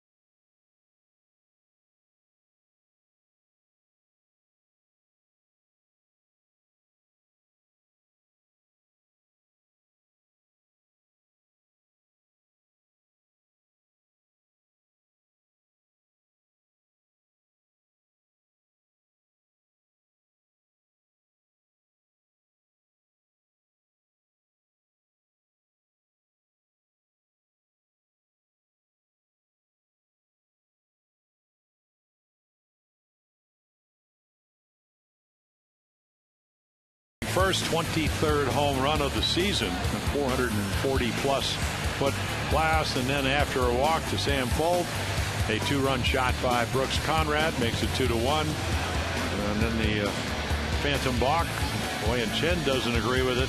A little flare, RBI single by Jeff Keppinger,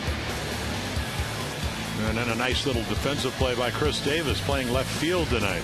So Again, Chen still in the ball game. Adam Jones with a solo home run. Conrad with the 2-run home run. And Hellickson had 1 in 9 starts, looking for his first victory. Would be number 5 of the year. Hellickson will watch as Chen will work, and bunted by Full for a base hit. That's the speed we talked about, and there's his first hit of the year and his first game off the DL. Well, that's what he does. You know, for a guy that took so long to get to the big league, you have to know what your strength is. Now, is he in the batter's box? Probably not. I think he was out of the box there. I mean, that right foot in front of that chalk line, that certainly gives him an advantage. Perfect bunt. The object is bunted by the pitcher, make the second baseman or the first baseman field and beat him to the bag, and he does. So you have speed at first. Last season he was 20 for 28 in stolen bases. Then fold on in at third base. Betamit. Lobaton at the plate. Take a look and see. Foot wasn't down. No, very close to being out of the batter's box. He was over the airspace. Well, I got to, I mean, they usually erase that box by the 7th inning, especially the ones in the back of the. Lobaton swinging away, fouls it back. The catcher has struck out twice in the ballgame. So the leadoff man on for the second consecutive inning. It was a walk in the 6th that scored a single here. Yeah, Full did not have any idea after he walked whether Wei and Chen was going home or first. So you would think they might play small ball here and sacrifice him over. You would think that would be. Betamit thinks so. He's staying in at third base, but Lobaton not doing that, and another swing and a miss. Lobaton has not had a sacrifice. Yeah, that's like if Earl Weaver was managing, he would go, well, if I knew you're going to swing through everything, I would have bunted. Come on. They're in O'Day. Now Joe Madden might be thinking that, but Lobaton has played now career high 36 games. 27-year-old. 0-2 count, delivery to him, and got him. So Chen will get strikeout number 5, first out of the inning, questioned by Lobaton. Yeah, you got a 3-1 lead. I don't think you want to argue with the home plate umpire. And again, that ball inside. He says it's inside, but you're going to go back, get the equipment on, and try to get the same pitches for your pitcher. So Conrad, who's had the big blow in this game, will stand in. 32-year-old, claimed off waivers in June. Rays needing help with Longoria out at third base, and lo and behold, the number 9 hitter delivers a homer in the 5th inning. 2 RBIs, his second home run of the year. Well, good pitching allows you to think that you can have an impact at bat, or you can make an impact defensive play, and that's been the case tonight. You come in, you're struggling, as we mentioned. Brooks, the first 7 games he was doing real well, and then last 10 games he was 2 for 26. And after his first at bat, 2 for 27. Yet he's got the big hit tonight. 1 down. Fold on at first, and the pitch will be taken up high for a ball.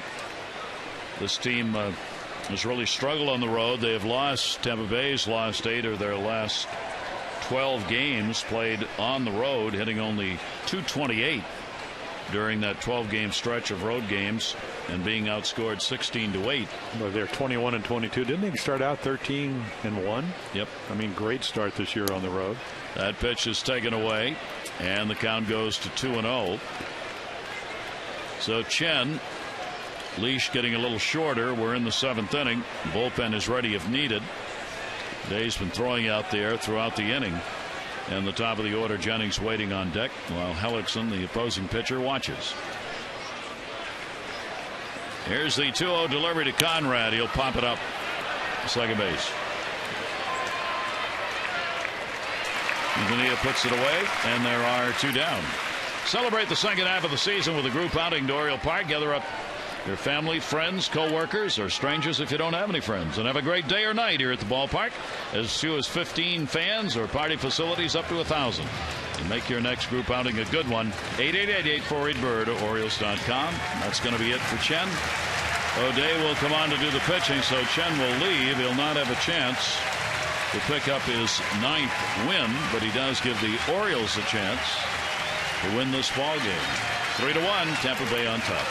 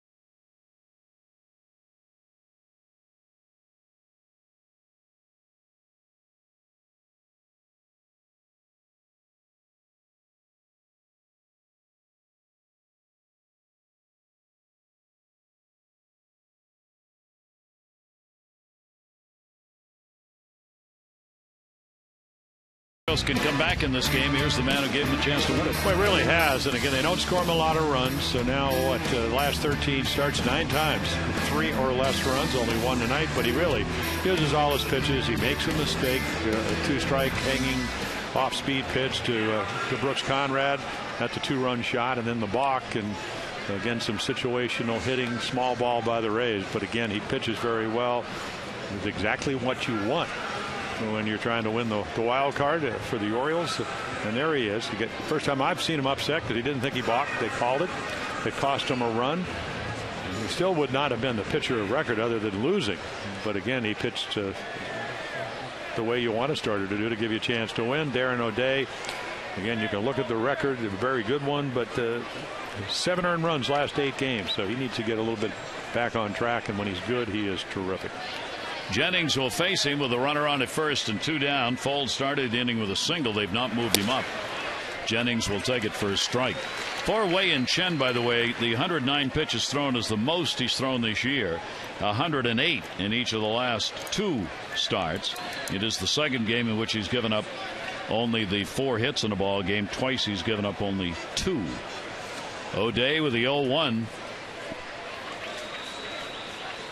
And he went around on that one, fouled it off, I think. And it'll be a 2-strike count. Home plate umpire got a piece of that one, Jerry Meals.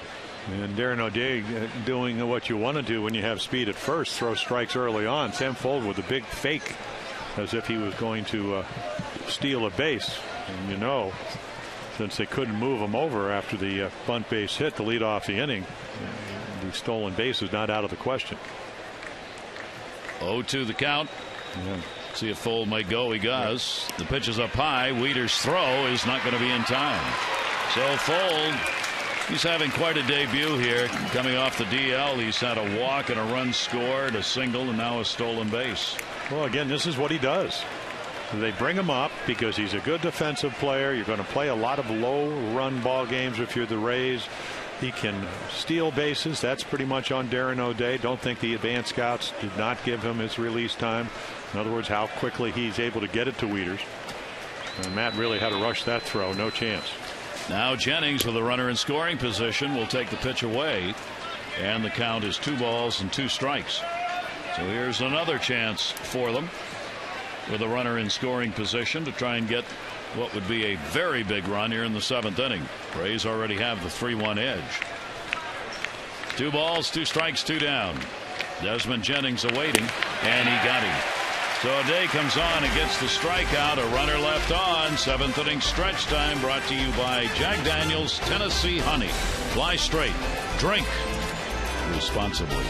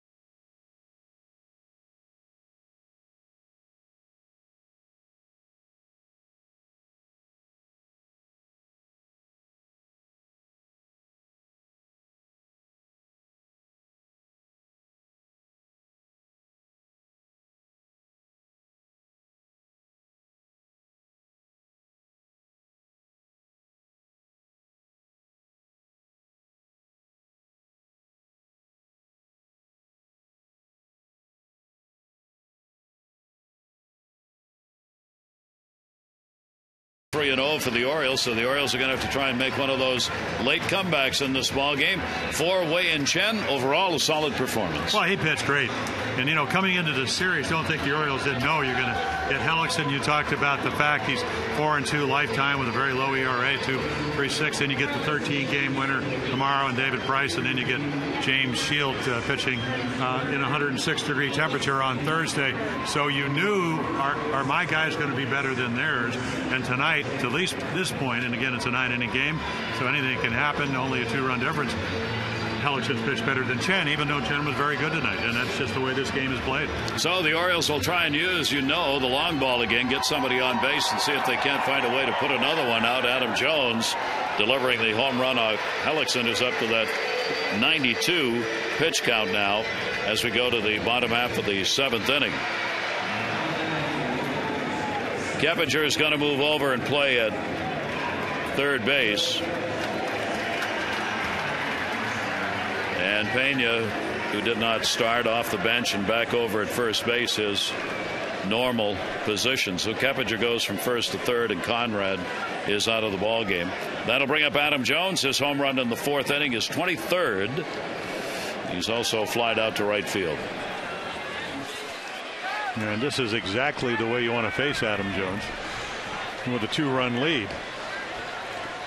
Jones now with 3 home runs, lifetime off Hellickson, as he put this shot way out of the yard, and 3 home runs in his last 8 ball games. To the back bullpen. Yeah, well, I think McGee is still up in their bullpen. He would have had to duck. The ball was hit so hard off the top of the bullpen. And so, again, a fastball that was supposed to go in. It got over the plate. And then the one thing about Hellickson, when he did get in trouble, and it seemed like he was elevating pitches in the 6th inning after the Markakis double, able to make quality pitches and get out of harm's way. 1-1 delivery. Jones on the big cut on the off-speed pitch, and the count goes to 1-2. Hellickson came in having worked 99 innings in his first 17 game starts. He too has been in ball games like Chen, where he's given the team a chance to win, even though he's only 4-6. ERA of 3.5. 1 ball, 2 strike count on Jones. Wieters and Bettamy due up, and that'll go to short. Rodriguez, a little low, but Pena, who just came into the ball game, able to scoop it out. Time for you to text in your vote for the AT&T Player of the Game. Here are the candidates. Brooke Conrad, that big 2 RBI homer. Adam Jones, a solo shot for the Orioles. And Hellickson, who's pitching the gem right now, having get off just 1 run on 3 hits, but looks like he's going to be leaving the game. Text in your vote, A, B, or C, to 31826. Joe Madden will take the new baseball to the mound. Hellickson congratulates his catcher, Lobaton, for the work done. 96 pitches thrown. He'll leave the ball game with a chance to get his 5th win. And now it's up to the Rays' pen against the O's hitters.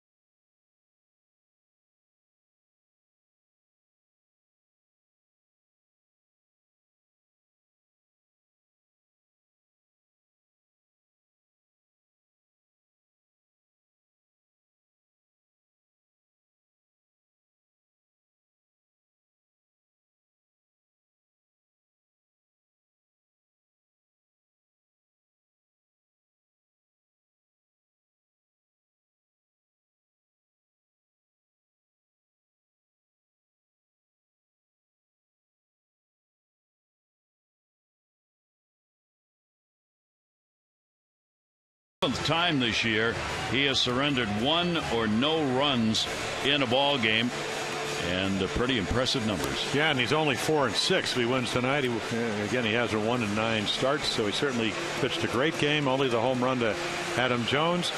So he will leave again because they do have a good bullpen. Even though McGee, we saw him earlier in the year a couple of times. He throws, 95 to 97. He actually gets right-handers out better than lefties. And I think that's one of the reasons that Joe Maddon, even though Matt Wieters gets 150 point higher against left-handers, he just feels that McGee's stuff is good enough to get anybody out. So we'll see how it plays out with the Orioles trailing by 2. Matt Wieters stands in, third best average against lefties in the league behind Jeter and Montero. Wieters hitting at .358, and McGee with 1 out, nobody on, 7th inning. A 3-1 lead for the Rays. Well, the O's, Betemit and Davis, if they can keep the inning going, would be due up. Wieters will take the first pitch, a fastball in there for a strike. Yeah, nobody behind him, at least yet. A lot of options for Joe Maddon. Wieters has faced McGee only once, has had an 0 for 1 against him. Rodney is their closer with the 27 saves, the only closer currently on the roster with a save. They've had a total of 29 on the year. He's got 27 of them. Yeah, Kyle Farnsworth, their closer last year, but he had flexor problems. He's back. Not that he will be used in the saver role, but so they have a few more options than when the Orioles last saw him. 0-2 count on Wieters. McGee's delivery to him, fastball. Pumped that one up there pretty good and missed outside with it.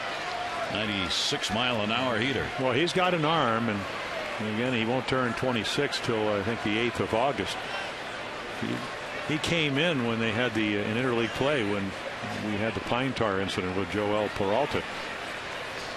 1-2, and he got that one down and in, and Wieters a good fight off right there. They got Peralta out of the game, and Davey Johnson said, if I had ever known that McGee threw as well as he did, I would have never done that, because there was a 1-run ball game and McGee would come in and close the door on the Nationals.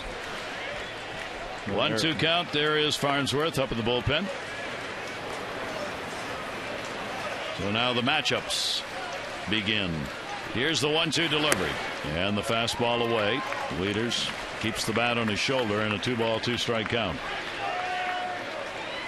Matt this season here at home hitting .268, only .226 on the road. He's divided the home runs up 6 and 6 home and road. 2-2 fouled the other way. That'll hold the count. Yeah, Jake McGee's a little shorter version of Matt Thornton, a hard-throwing lefty out of the White Sox bullpen. McGee was about 6'4", 6'5", Thornton and 6'7", 6'8". When they are both pitching well, they throw the ball downhill with great velocity.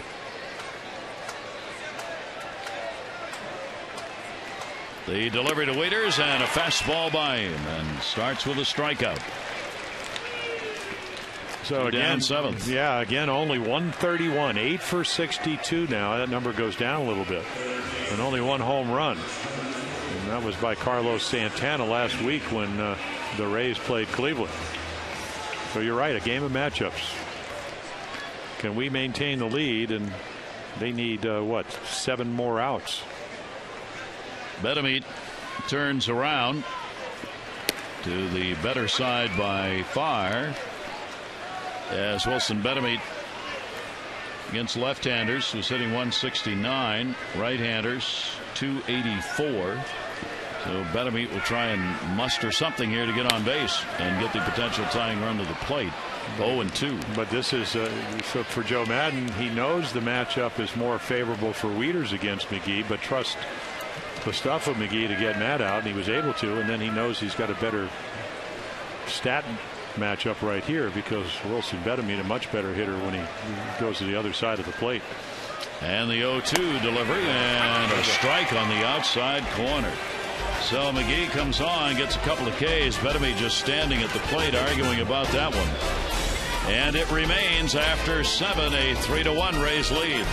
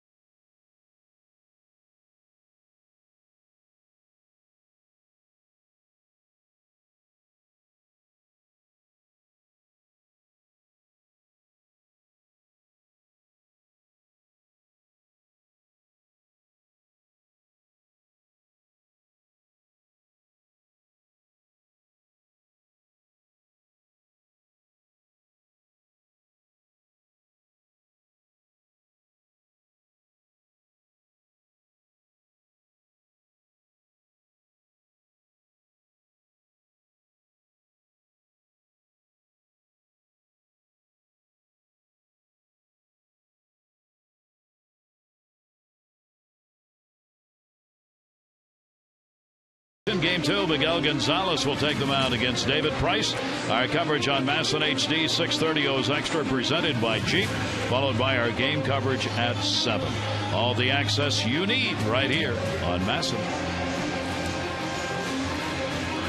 There they are. David Price, about as good as anybody. 2 years ago, won 19 games. And Miguel Gonzalez getting a chance to start for the Orioles. He certainly has done a terrific job. Better be at his best tomorrow night, though, because at least for the Rays, the price is right. Boy, he has been. Here's B.J. Upton. But see, Miguel goes, I got him. I got him. I got him. 3 runs, 4 hits, no errors for the Rays. A run on just 3 hits for the Orioles. All about pitching here in this one so far, at least. O'Day on. Upton, Zobrist, and Keppinger due up. B.J. Upton's got an 0 for 8 lifetime against O'Day. He's drawn a walk, 0 for 2 in this ball game. Scored, though, in the 6th inning. That one frozen. Pitches in there, 1-1. Yeah, Darren O'Day, we talked about it. His numbers, 6 earned runs in his first 31 games. That's over 32 plus innings. And then over the last 8 games, 7 earned runs. Kind of gives you an idea of what the baseball season is about. It's a marathon. So you get a little bit out of sync.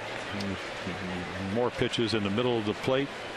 Oriole bullpen was #1 all the way till the last couple of weeks. So the numbers have been skewed a little bit, but still the 4th best bullpen in the American League. A little chopper will go foul. O'Day is facing this Tampa Bay team for the 4th time. He's given up no runs, no hits in 2 2/3 innings in the previous games, and has a 1-0 record against Tampa Bay both this season and lifetime, because this year's the first time he's pitched against the Rays. O'Day, Upton battling here in a 2-2. And a check swing. They want to go to first. And Scott Berry says he did not go around. 3-2. Yeah, this is what Scott Berry's looking at right here. A lot of movement in this swing. And he does not go. So Upton's got the 3-2 count. Leadoff man's been on here in the latter innings. Not this time. O'Day gets his 2nd strikeout. Yeah, really good breaking ball and a 3-2 count. And another plus for Darren O'Day, I mean, he'll throw that breaking ball anytime, is that he can give you multiple innings and still be able to pitch in consecutive days. Perfectly thrown breaking ball, and the speed gets him. 78, about a 6-mile-per-hour difference, just enough to get B.J. Upton to swing through it. 1 down. Upton retired. Zobrist 0 for 2 and a sacrifice.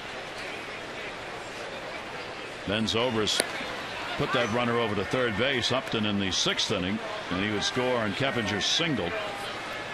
Brooks Conrad, who's now out of the ball game, had the 2 RBI homer in the 5th inning, came out for defensive purposes, with Keppinger moving over to third where he was playing. 1-0 count. Zobrist. Pitch misses, and he goes to 2-0. Gee, imagine being into a hitter's count. There is Joel Peralta.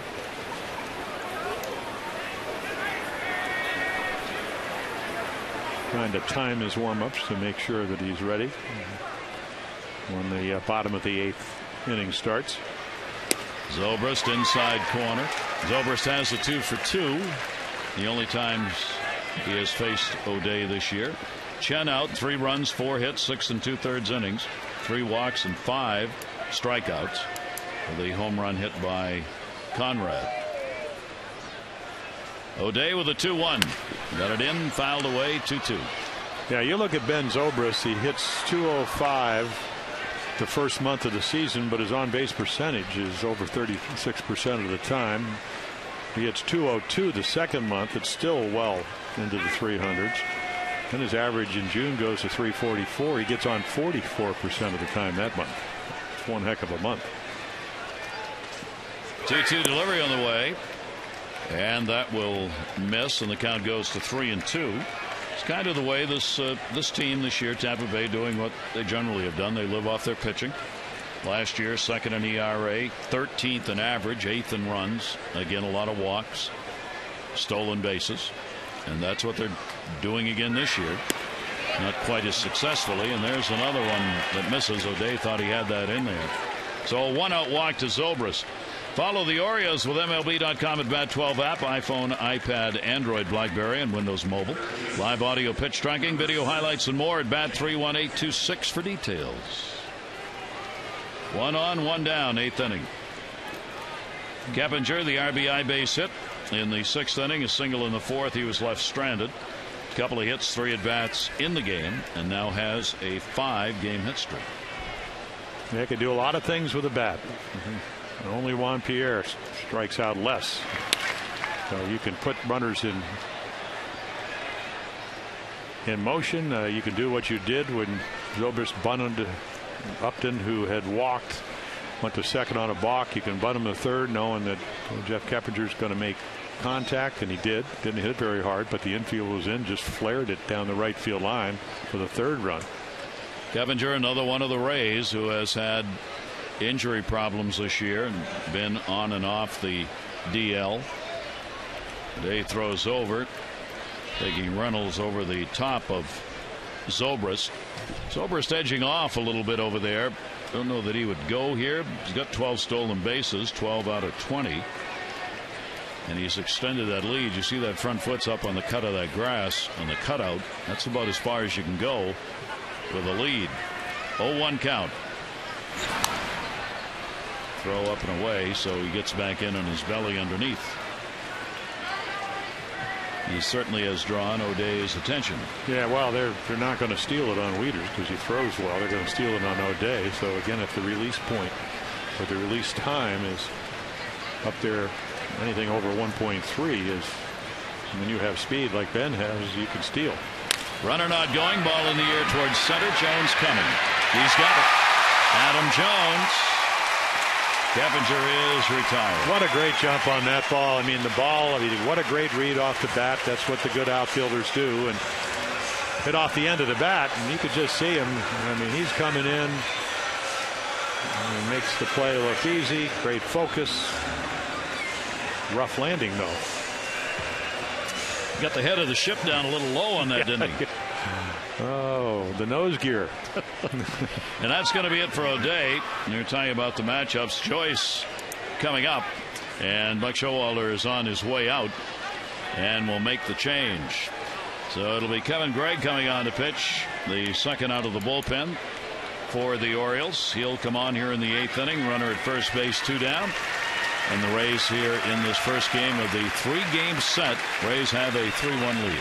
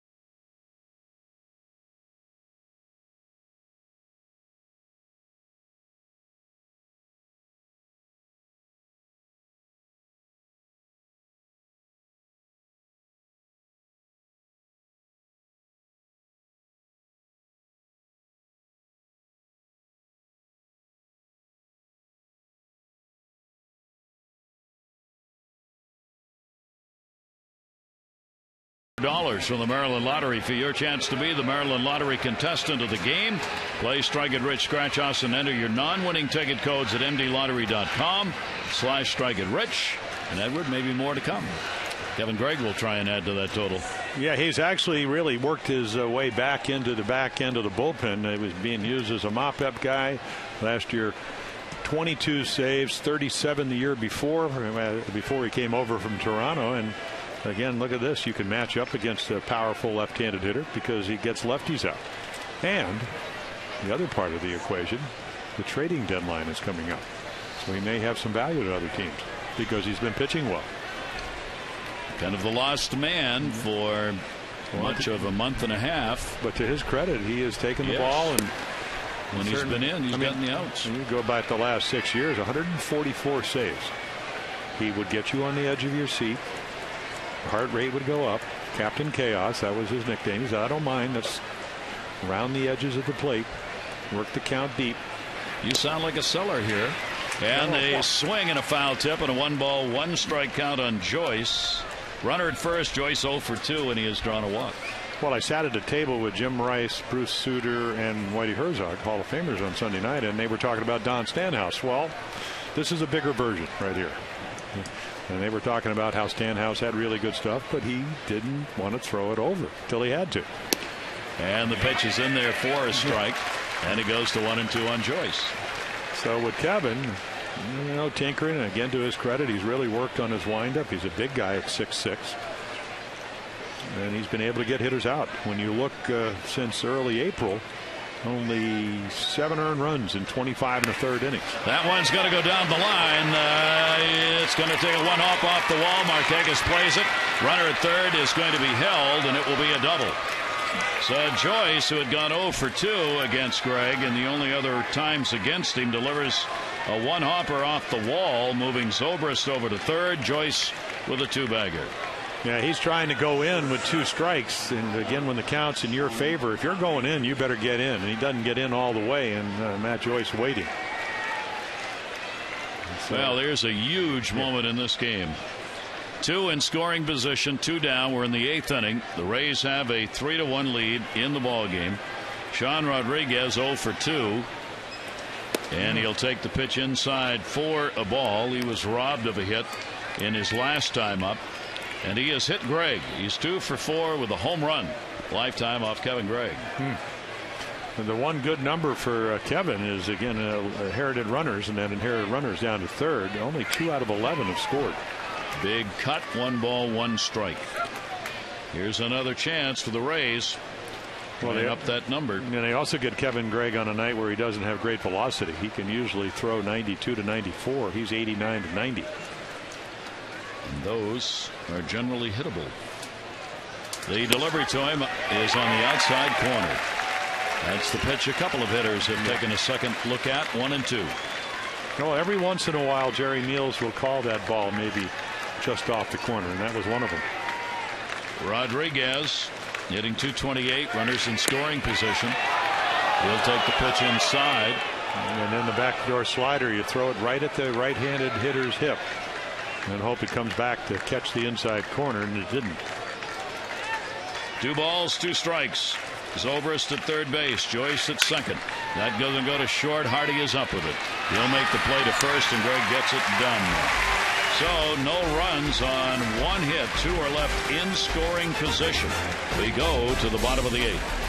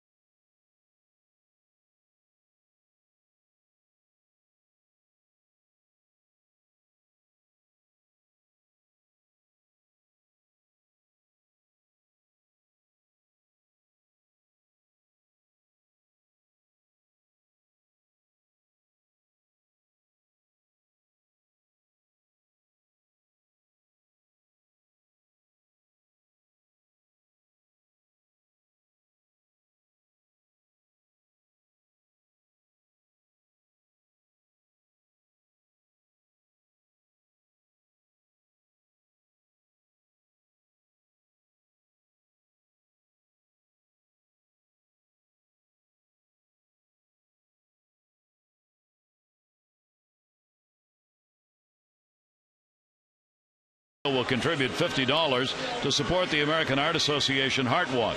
To date, the Orioles have 276 walks, a total of $13,800. Care First Blue Cross Blue Shield encourages each of us to take that first step towards a healthier and more active lifestyle. So we come to crunch time and to the bullpen, Joel Peralta. Yeah, the veteran right-hander, 7 runs in his first 4 appearances since then, and these are the pertinent numbers. He's only given up an ERA of about 2.7, and again, a lot of strikeouts, 41 appearances, 43 strikeouts, and only 5 base on balls, and that's what the Orioles are looking for. They are looking for base runners, trailing by 2 as Peralta comes in. The home run ball has hurt him. He's thrown 7 of them. Last year, 7 home runs and almost half as many innings, so the home run ball has hurt him this year. Defensive changes at third base. Sean Rodriguez now moves from short, and Elliott Johnson will come on to play at shortstop. So that will take Keppinger out of the ball game, and Johnson will be hitting in the cleanup spot. Here is Chris Davis. Davis against Peralta. 2 strikeouts in the ball game. They've been piling up the Ks for Chris Davis over the last month. And the 0 for 2 and 2 in this one. And at 257, as the Orioles try and get on base against him. Davis 1 for 4, a home run lifetime off Peralta. And he'll play around in the outfield to right, giving him the big gap in left center field.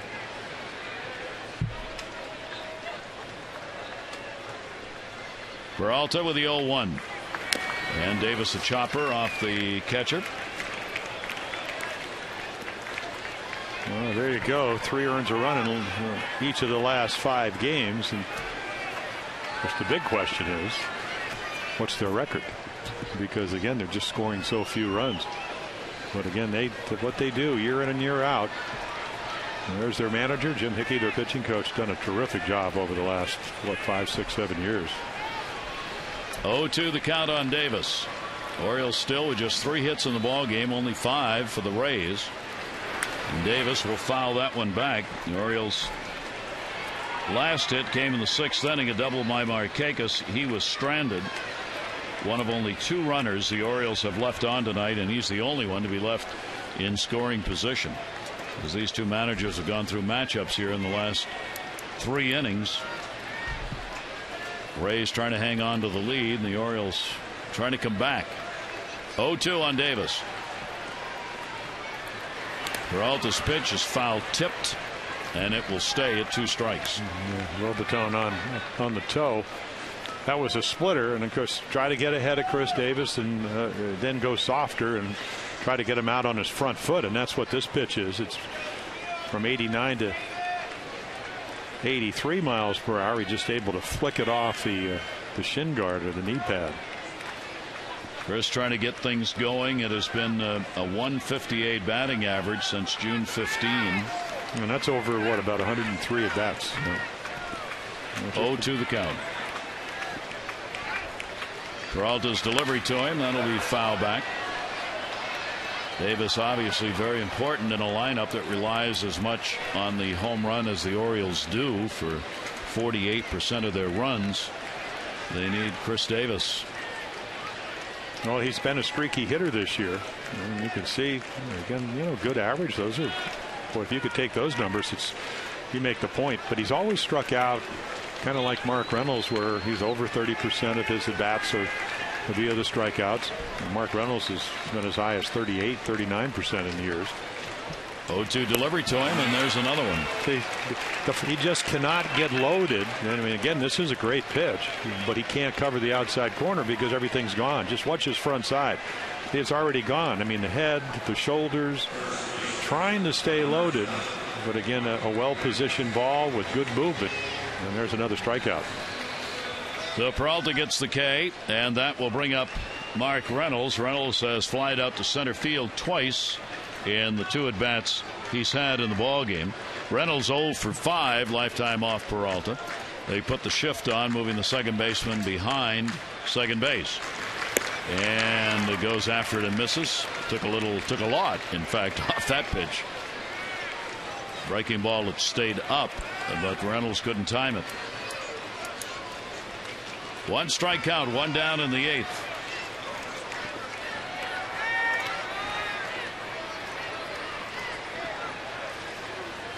Here's the 0-1. And a check swing, and he went around. Home plate umpire Jerry Meals the call. And what happens if you're the opposition and you know how to pitch, and Peralta does, and McGee's got great stuff, is, and we've seen Jeremy Hillickson do it all night long, is that when you know guys will swing at balls, it makes pitching a lot easier. And that's why the strikeout level is so high for the Orioles. Don't walk a lot. On base percentage not where they wanted it. 0-2 delivery. That's going to miss inside. Little shift made. Zobrist now, as soon as they had that second strike, moved all the way over to the shortstop side of the bag. And all good hitters, even the best, will expand, and you can see the averages, and so a lot of holes, and see where the hot spot is, up and in and right down the middle. But even the good hitters expand the strike zone, but when you're not a good hitter, you expand it before you get the 2 strikes, and it makes it easier to pitch against you. Peralta asking for the signs again here with a 1-ball 2-strike count. Right back here tomorrow night, game 2, then a Thursday afternoon game. Fastball will be taken up high. And that's we've seen Pedro Strop for the Orioles do that. That's where, with nobody on, you do not have to hesitate and get to the set position. So it's really pretty much from the stretch, but a windup. And Peralta's the first guy started doing that last year. And he'll stop here, but sometimes he doesn't. 2-2, and he got him. So Peralta picks up a couple of strikeouts. The last 4 Orioles to the plate have struck out in this game. This copyrighted telecast presented by authority of the Orioles may not be reproduced or retransmitted in any form, and the accounts and descriptions of this game may not be disseminated without the express written consent of the Orioles. 2 down and nobody on in the bottom of the 8th. Orioles 3 hits, the homer by Jones, single by Betemit, double by Markakis, all in different innings. The Orioles have not drawn a walk in this ball game, and they have struck out 8 times. Quintanilla will take it for a strike. Hellickson worked the 6 1/3, a run on 3 hits. McGee 2/3 of an inning, 2 strikeouts, and now Peralta. Chen for the Orioles, 3 runs, 4 hits, 6 2/3. O'Day came on and worked for 1 inning, strikeout, a couple of strikeouts and a walk. That is taken for a strike, and the count quickly goes to 0-2. There have been some questionable pitches. I'm not sure this is one of them. Take a look right here. I mean, just sitting right on the outside corner. That ball's, right where the glove was. So Mr. Peralta with a pretty good curveball to get to the splitter count, which is when he gets 2 strikes. 0-2, 2 down. Quintanilla struck out, grounded out, and just fouls that one off the end of the bat. Holds the count at 2 strikes.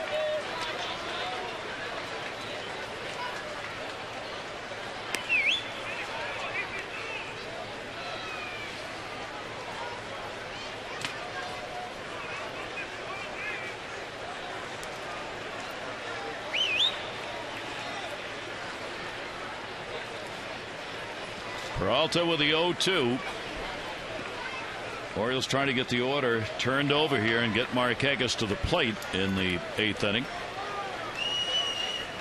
And another one just fouled off right there at the plate. Yeah, you just hope he makes a mistake, which he hasn't.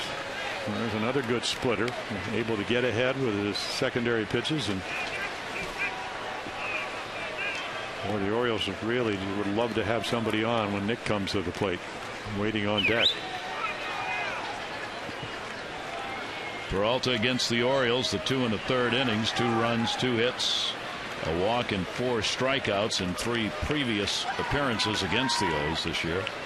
Here's the 0-2 pitch, and Quintanilla fouls that one back. So keeping the at bat alive and doing all of this with a 2-strike count on him.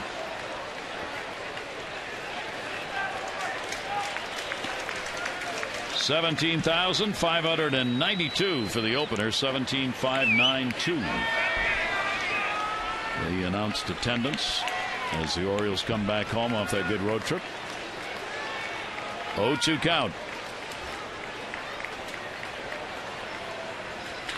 Antonia pops that one up towards the seats. Rodriguez will give chase and will not have a play. A nice little bat by Omar. Peralta's going to come in and going, boy, how are we going to get him out? A little conference with Lobaton, and he says something to Omar at the plate going, are you ever going to miss one? Antonia is 30-year-old, born and raised, resides in El Paso, Texas. Played last year only 5 games at second base, 3 at shortstop and 3 at third. He had a 50-game suspension that had to be completed at the start of next season, so he started on the restricted list. 0-2 count.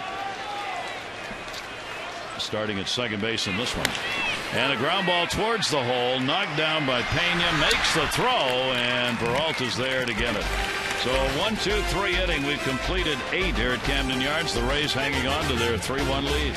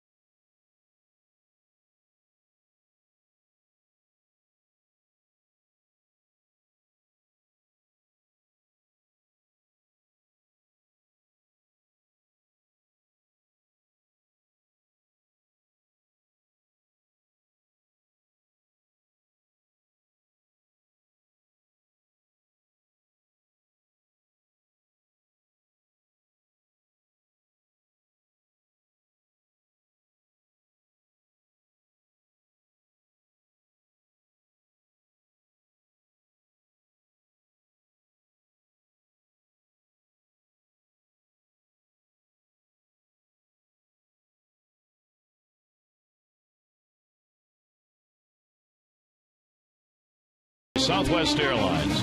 Find our fares online only at southwest.com. And by Dodge. See your authorized Dodge dealer and experience a world of performance, design, and fuel efficiency. Schedule a test drive or go to dodge.com and check out their powerful lineup. Gary Thorne, Jim Palmer. The Rays have a 3-1 lead in the ball game. 2-run homer by Conrad in the 5th. RBI single. Keppinger in the 6th. Adam Jones a homer for the Orioles. That has been it. And we go to the 9th inning. Kevin Gregg will stay on the mound after getting the final out in the 8th. Sam Fold, a big return. First day off the DL this year. A walk scored in the 5th. Single, stole a base in the 7th. Takes the pitch inside and a 1-ball, 1-strike count. The Orioles have, coming into this game, allowed 3 or fewer runs in 6 straight ball games. They may do that again here, but will it be enough to win? A 1-ball, 1-strike count. Certainly cannot afford to give up any more to Tampa Bay. Tampa Bay 17 and 15 in 1-run games. The Orioles 19 and 6. So both of these teams have played a lot of low scoring, or at least close ball games. Fouled off. 2-2.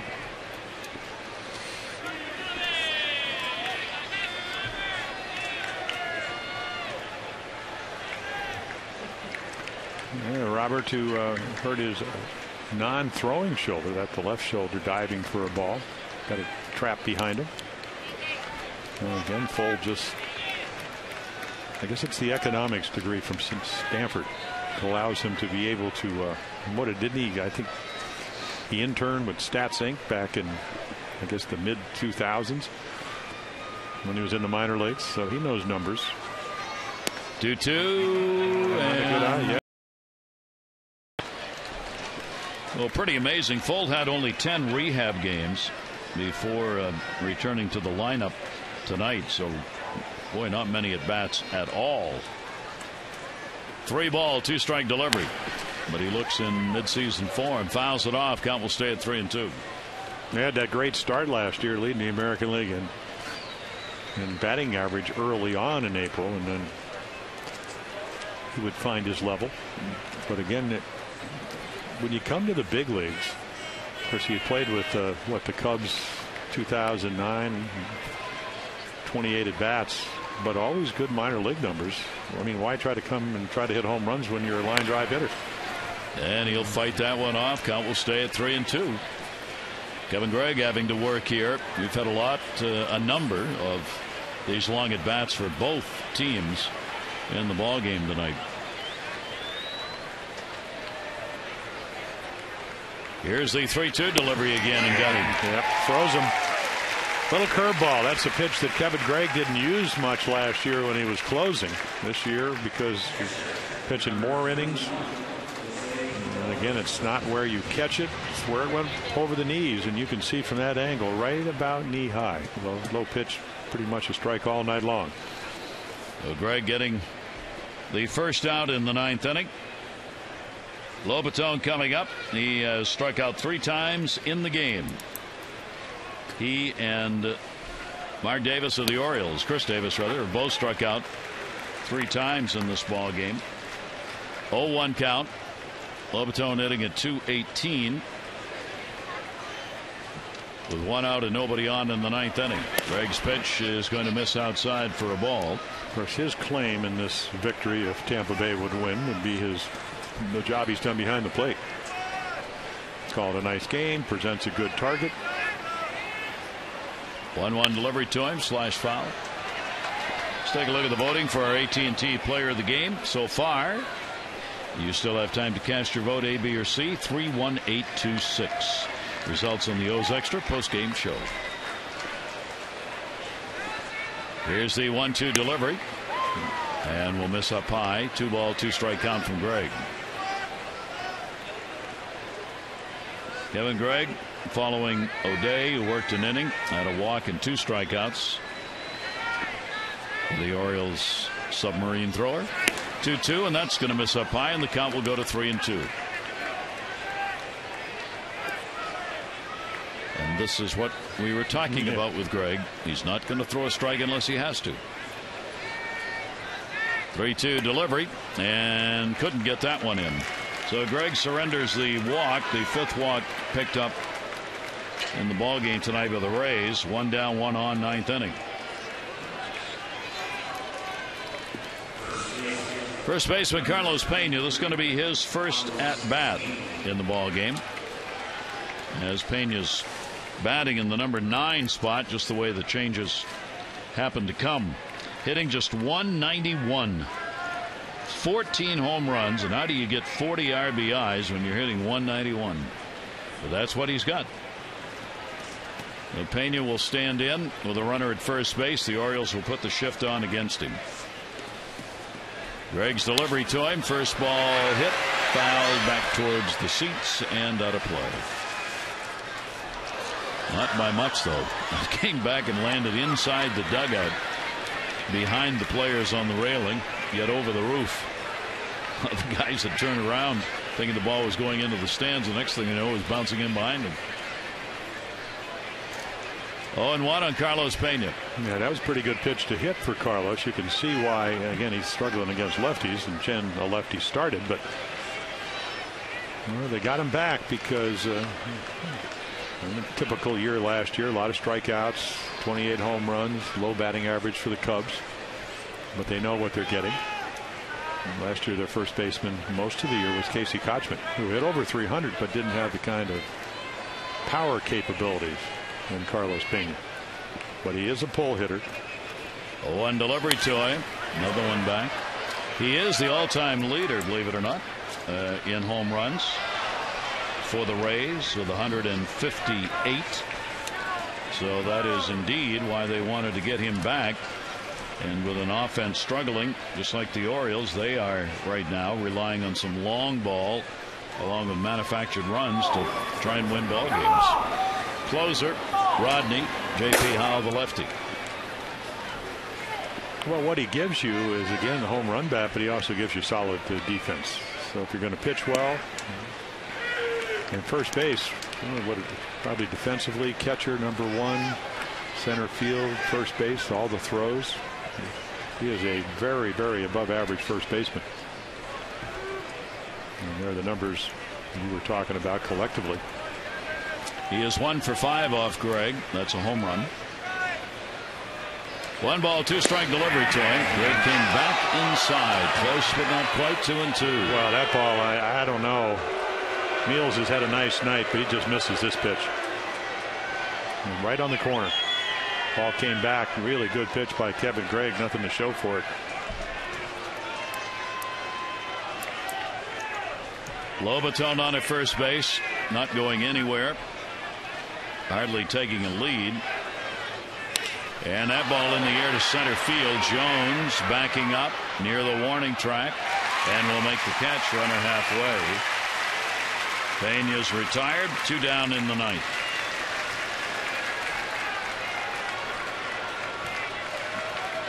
Two away, runner at first base, top of the order, Desmond Jennings. He's had an 0 for 4 in the ball game tonight. For this Tampa Bay team, when they have had a lead after 8 innings, they've lost only 1 game. They are 40-1 with a lead after 8. To the hole, Hardy dives, goes to second, and can't get the out. Quintanilla could not make the catch, probably would not have mattered. It will be a single picked up by Jennings, putting runners on at first and second base with 2 away. Yeah, a little slider that he's able to pull, and J.J. Hardy playing up the middle, great range to get to it. It might have been very close. They couldn't hold on at second. And again, you're just trying to catch it, and it becomes a tag play, a force play. So put the glove on it, and maybe you get the call.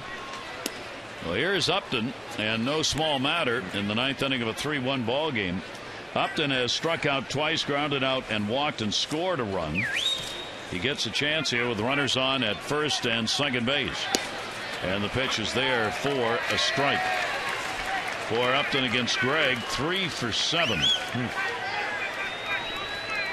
1 ball, 1 strike count. Upton hitting at .244. And a foul ball at the plate. Upton, the designated hitter in this ball game. He's had a pretty good career here at Camden Yards, hitting .273 with 9 home runs in this ballpark. And there are the numbers versus Gregg. Yeah, not great numbers collectively over the year, only .219 with runners on score. Good scoop by Wieters. 2 ball, 2 strike count, 2 away.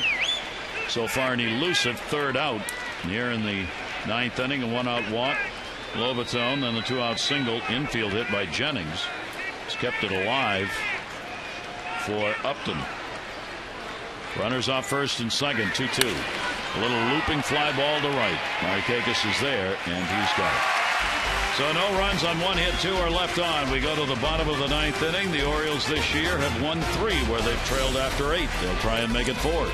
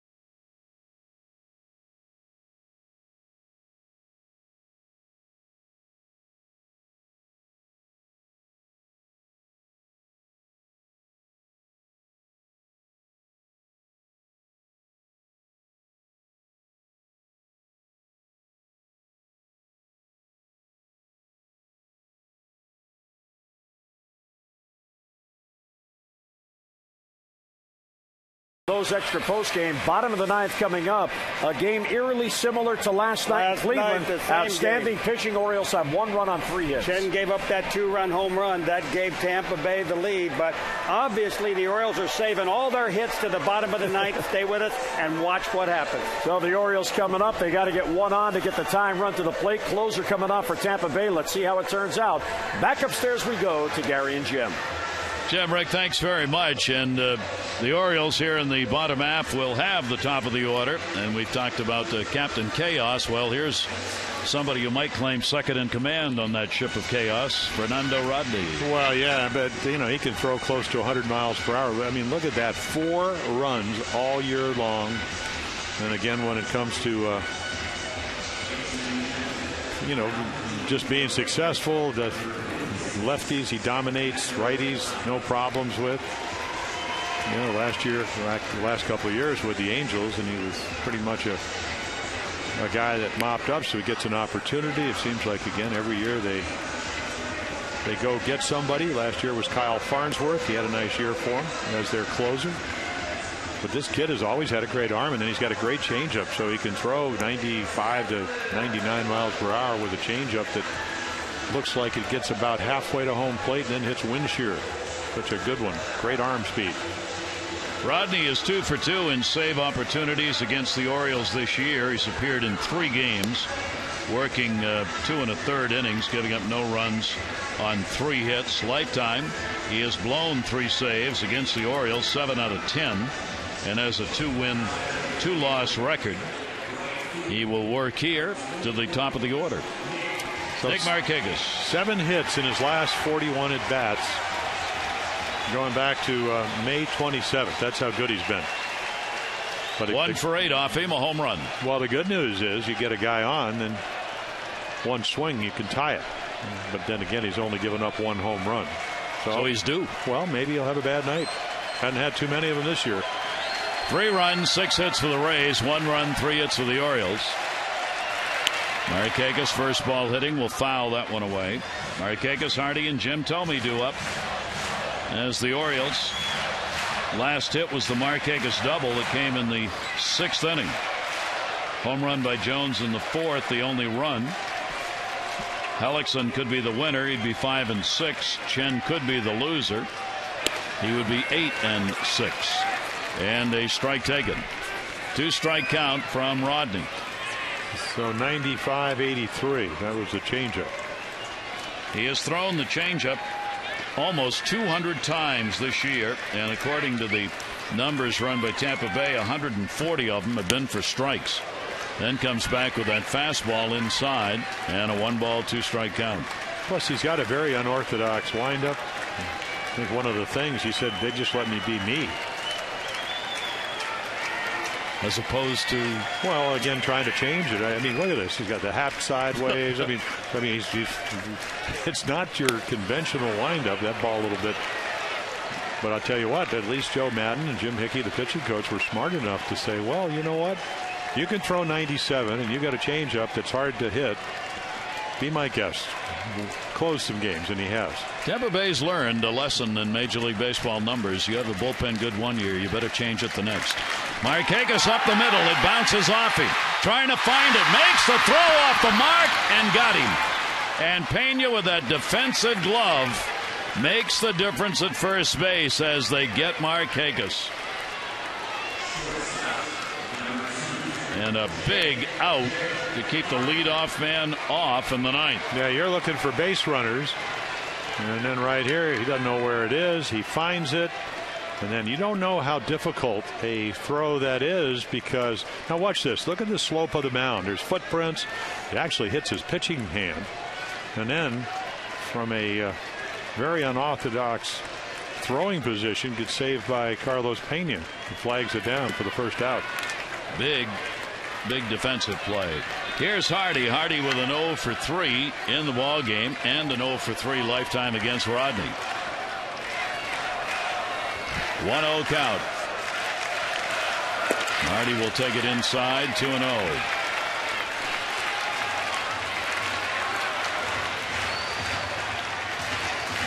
Rodney coming into the ball game, second in ERA among relievers. 27 saves, tied for fourth. He is 11th in the American League in appearances. 2-0 delivery, took something off it and catches the outside corner. 2-1. But again, he slowed the game down when he went 2-0.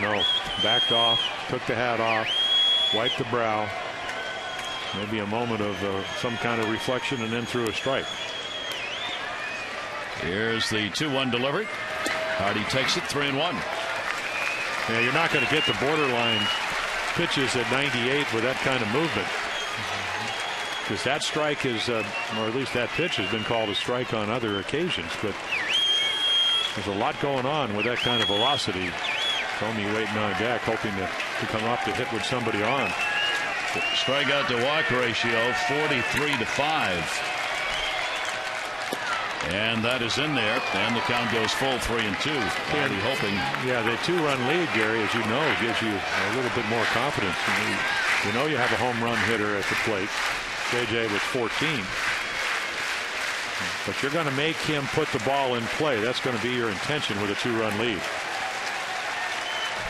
3 ball, 2 strike count. Hardy takes it, and he's on, and the Orioles get the walk they needed. Their first walk of the ball game.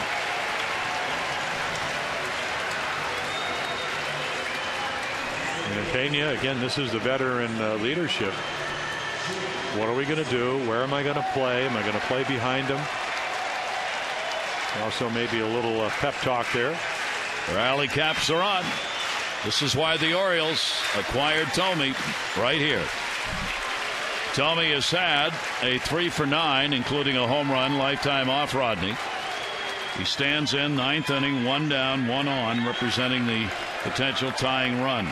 0 for 3 in the game. Tommy with a big cut over the top of that one. Yeah, there's the changeup. So about a 13-mile-per-hour difference. A pitch you may not be expecting, in the first one delivered in an at-bat. Well, Gary, you just can't read it. The arm speed is so good. And there's another one. And he can throw it, and the deception and the movement. Ball's going all over the place. So all he cares about is not slow my arm up and hope that I get some movement in within the strike zone. And of course, Jim Thome hoping he gets one somewhere in the middle of the plate that he can drive. 1 ball, 1 strike count. Big shift on in the infield. Outfield deep. 1-1 delivery. Thome takes it inside. 2-1. So normally if this was some guy that didn't have the credentials that Fernando Rodney had, you'd just look fastball out over the plate. But there's no guarantee you're going to get that pitch. And that's why he's so effective.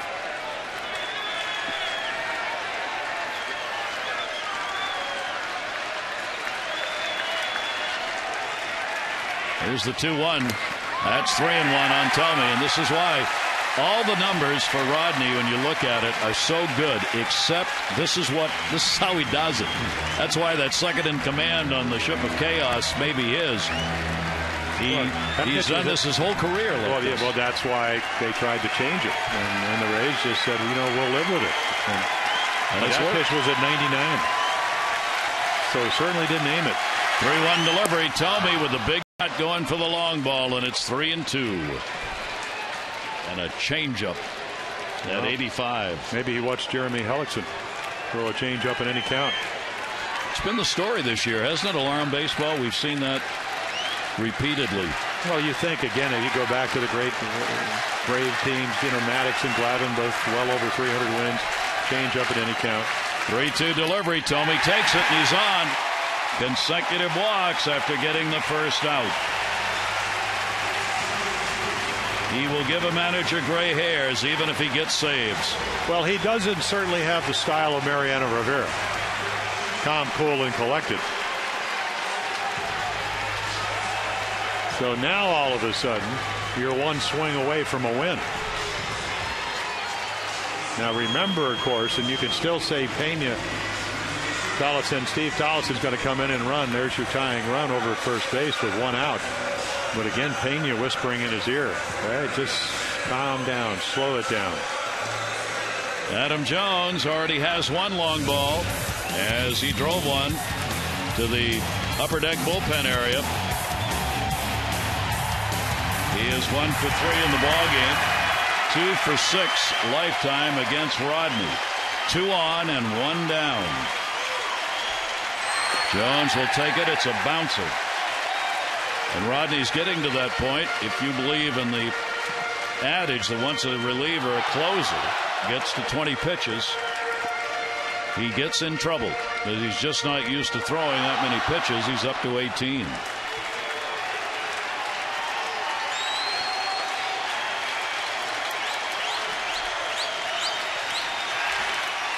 Adam Jones, 1-0 count.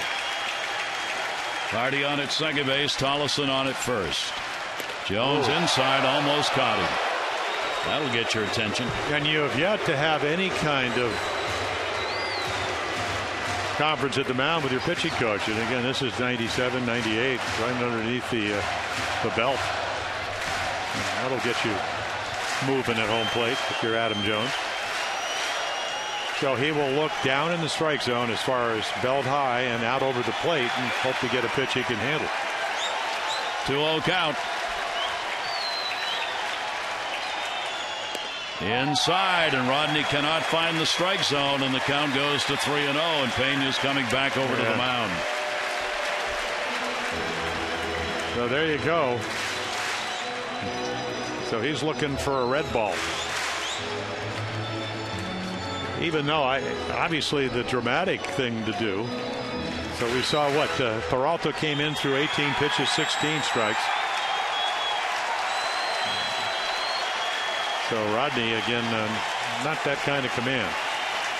Adam Jones, 3-0. Takes a strike. And a changeup. How about that? 3-0 changeup. Ninth inning, 1 down, 2 on, a 3-0 changeup. Well, just in case he had the red light or the green light, excuse me.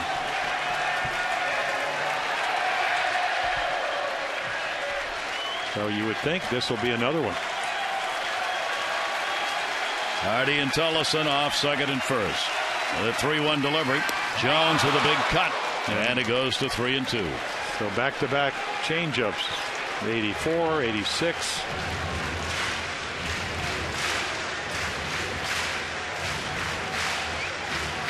And it is a good one. And that's the beauty of being a 96, 98 mile an hour fastball pitcher. The hitter can't sit on a changeup. If you do, you're going to be standing there watching as the ball goes by. 3-2, 1 down. Rodney's delivery. Jones goes down swinging. Well, back to back to back changeups. He throws them for strikes. I mean, watch him turn the ball over. Watch this ball move. Starts in the middle of the plate and then dives down and in. And again, the change of speeds. A lot of times that and movement gets hitters out. So the Orioles down to 1 out to work with in the bottom of the ninth, trailing by 2. And here's Matt Wieters. The Oriole catcher, 1 for 3 lifetime off Rodney. Wieters tonight has had an 0 for 3. Goes after the first pitch and misses it for a strike. And you got one smart catcher. And Jose Lobaton. He's going, I don't care if he's throwing 99. He's not throwing it over. We'll just stick with the changeup.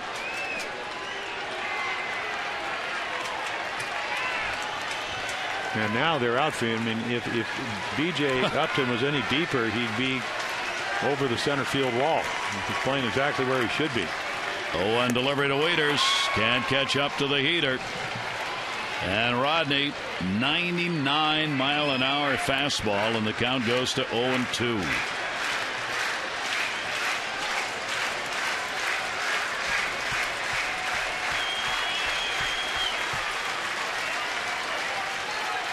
Oh, 2 down. Runners off first and second, and that will miss. A ball and 2 strikes. Again, a night where the runner in scoring position numbers are not going to be good if, in fact, Wieters cannot come through here in the bottom of the ninth inning. It's been the best chance for a big inning the Orioles have had in the ball game, getting a couple on. There's been no innings. Only the sixth more than inning. one. Yeah, that late 1 out double in the 6th. And Hardy and Tomei couldn't get Nick Markakis in. Ooh! Wiping the letters off the jersey. A 2-ball, 2-strike count. Well, a little 99 here, almost hit 100, which we've seen him do in the past. And nice again. Look at Jose Lobato. That's not an easy pitch to catch. I mean, he feels like he's sometimes he's down in the basement, sometimes he's on the second floor. Better keep your legs separated, shoulder width apart, to be able to move. 2 balls, 2 strikes. The delivery to Wieters, and that's the ball game. So Rodney comes on and gets a couple of strikeouts. The Orioles, no runs, no hits, and 2 left on base as the Rays come away with a 3-1 win, making a winner out of Hellickson 5-6. Chen, the loser, 8-6. Join us again tomorrow. Game 2. Miguel Gonzalez and David Price are the scheduled starters. Our coverage begins at 6:30 on Masson. O's Extra, presented by Jeep, followed by our game action at 7. For Jim Palmer and all of our crew here at Camden Yards, I'm Gary Thorne. Thanks, everybody. Game 1 goes to the Rays. They win it 3-1. This has been a Masson presentation. Jim and Rick, a look back at a pitcher's duel throughout O's Extra. Coming up right now. Adieu, adieu.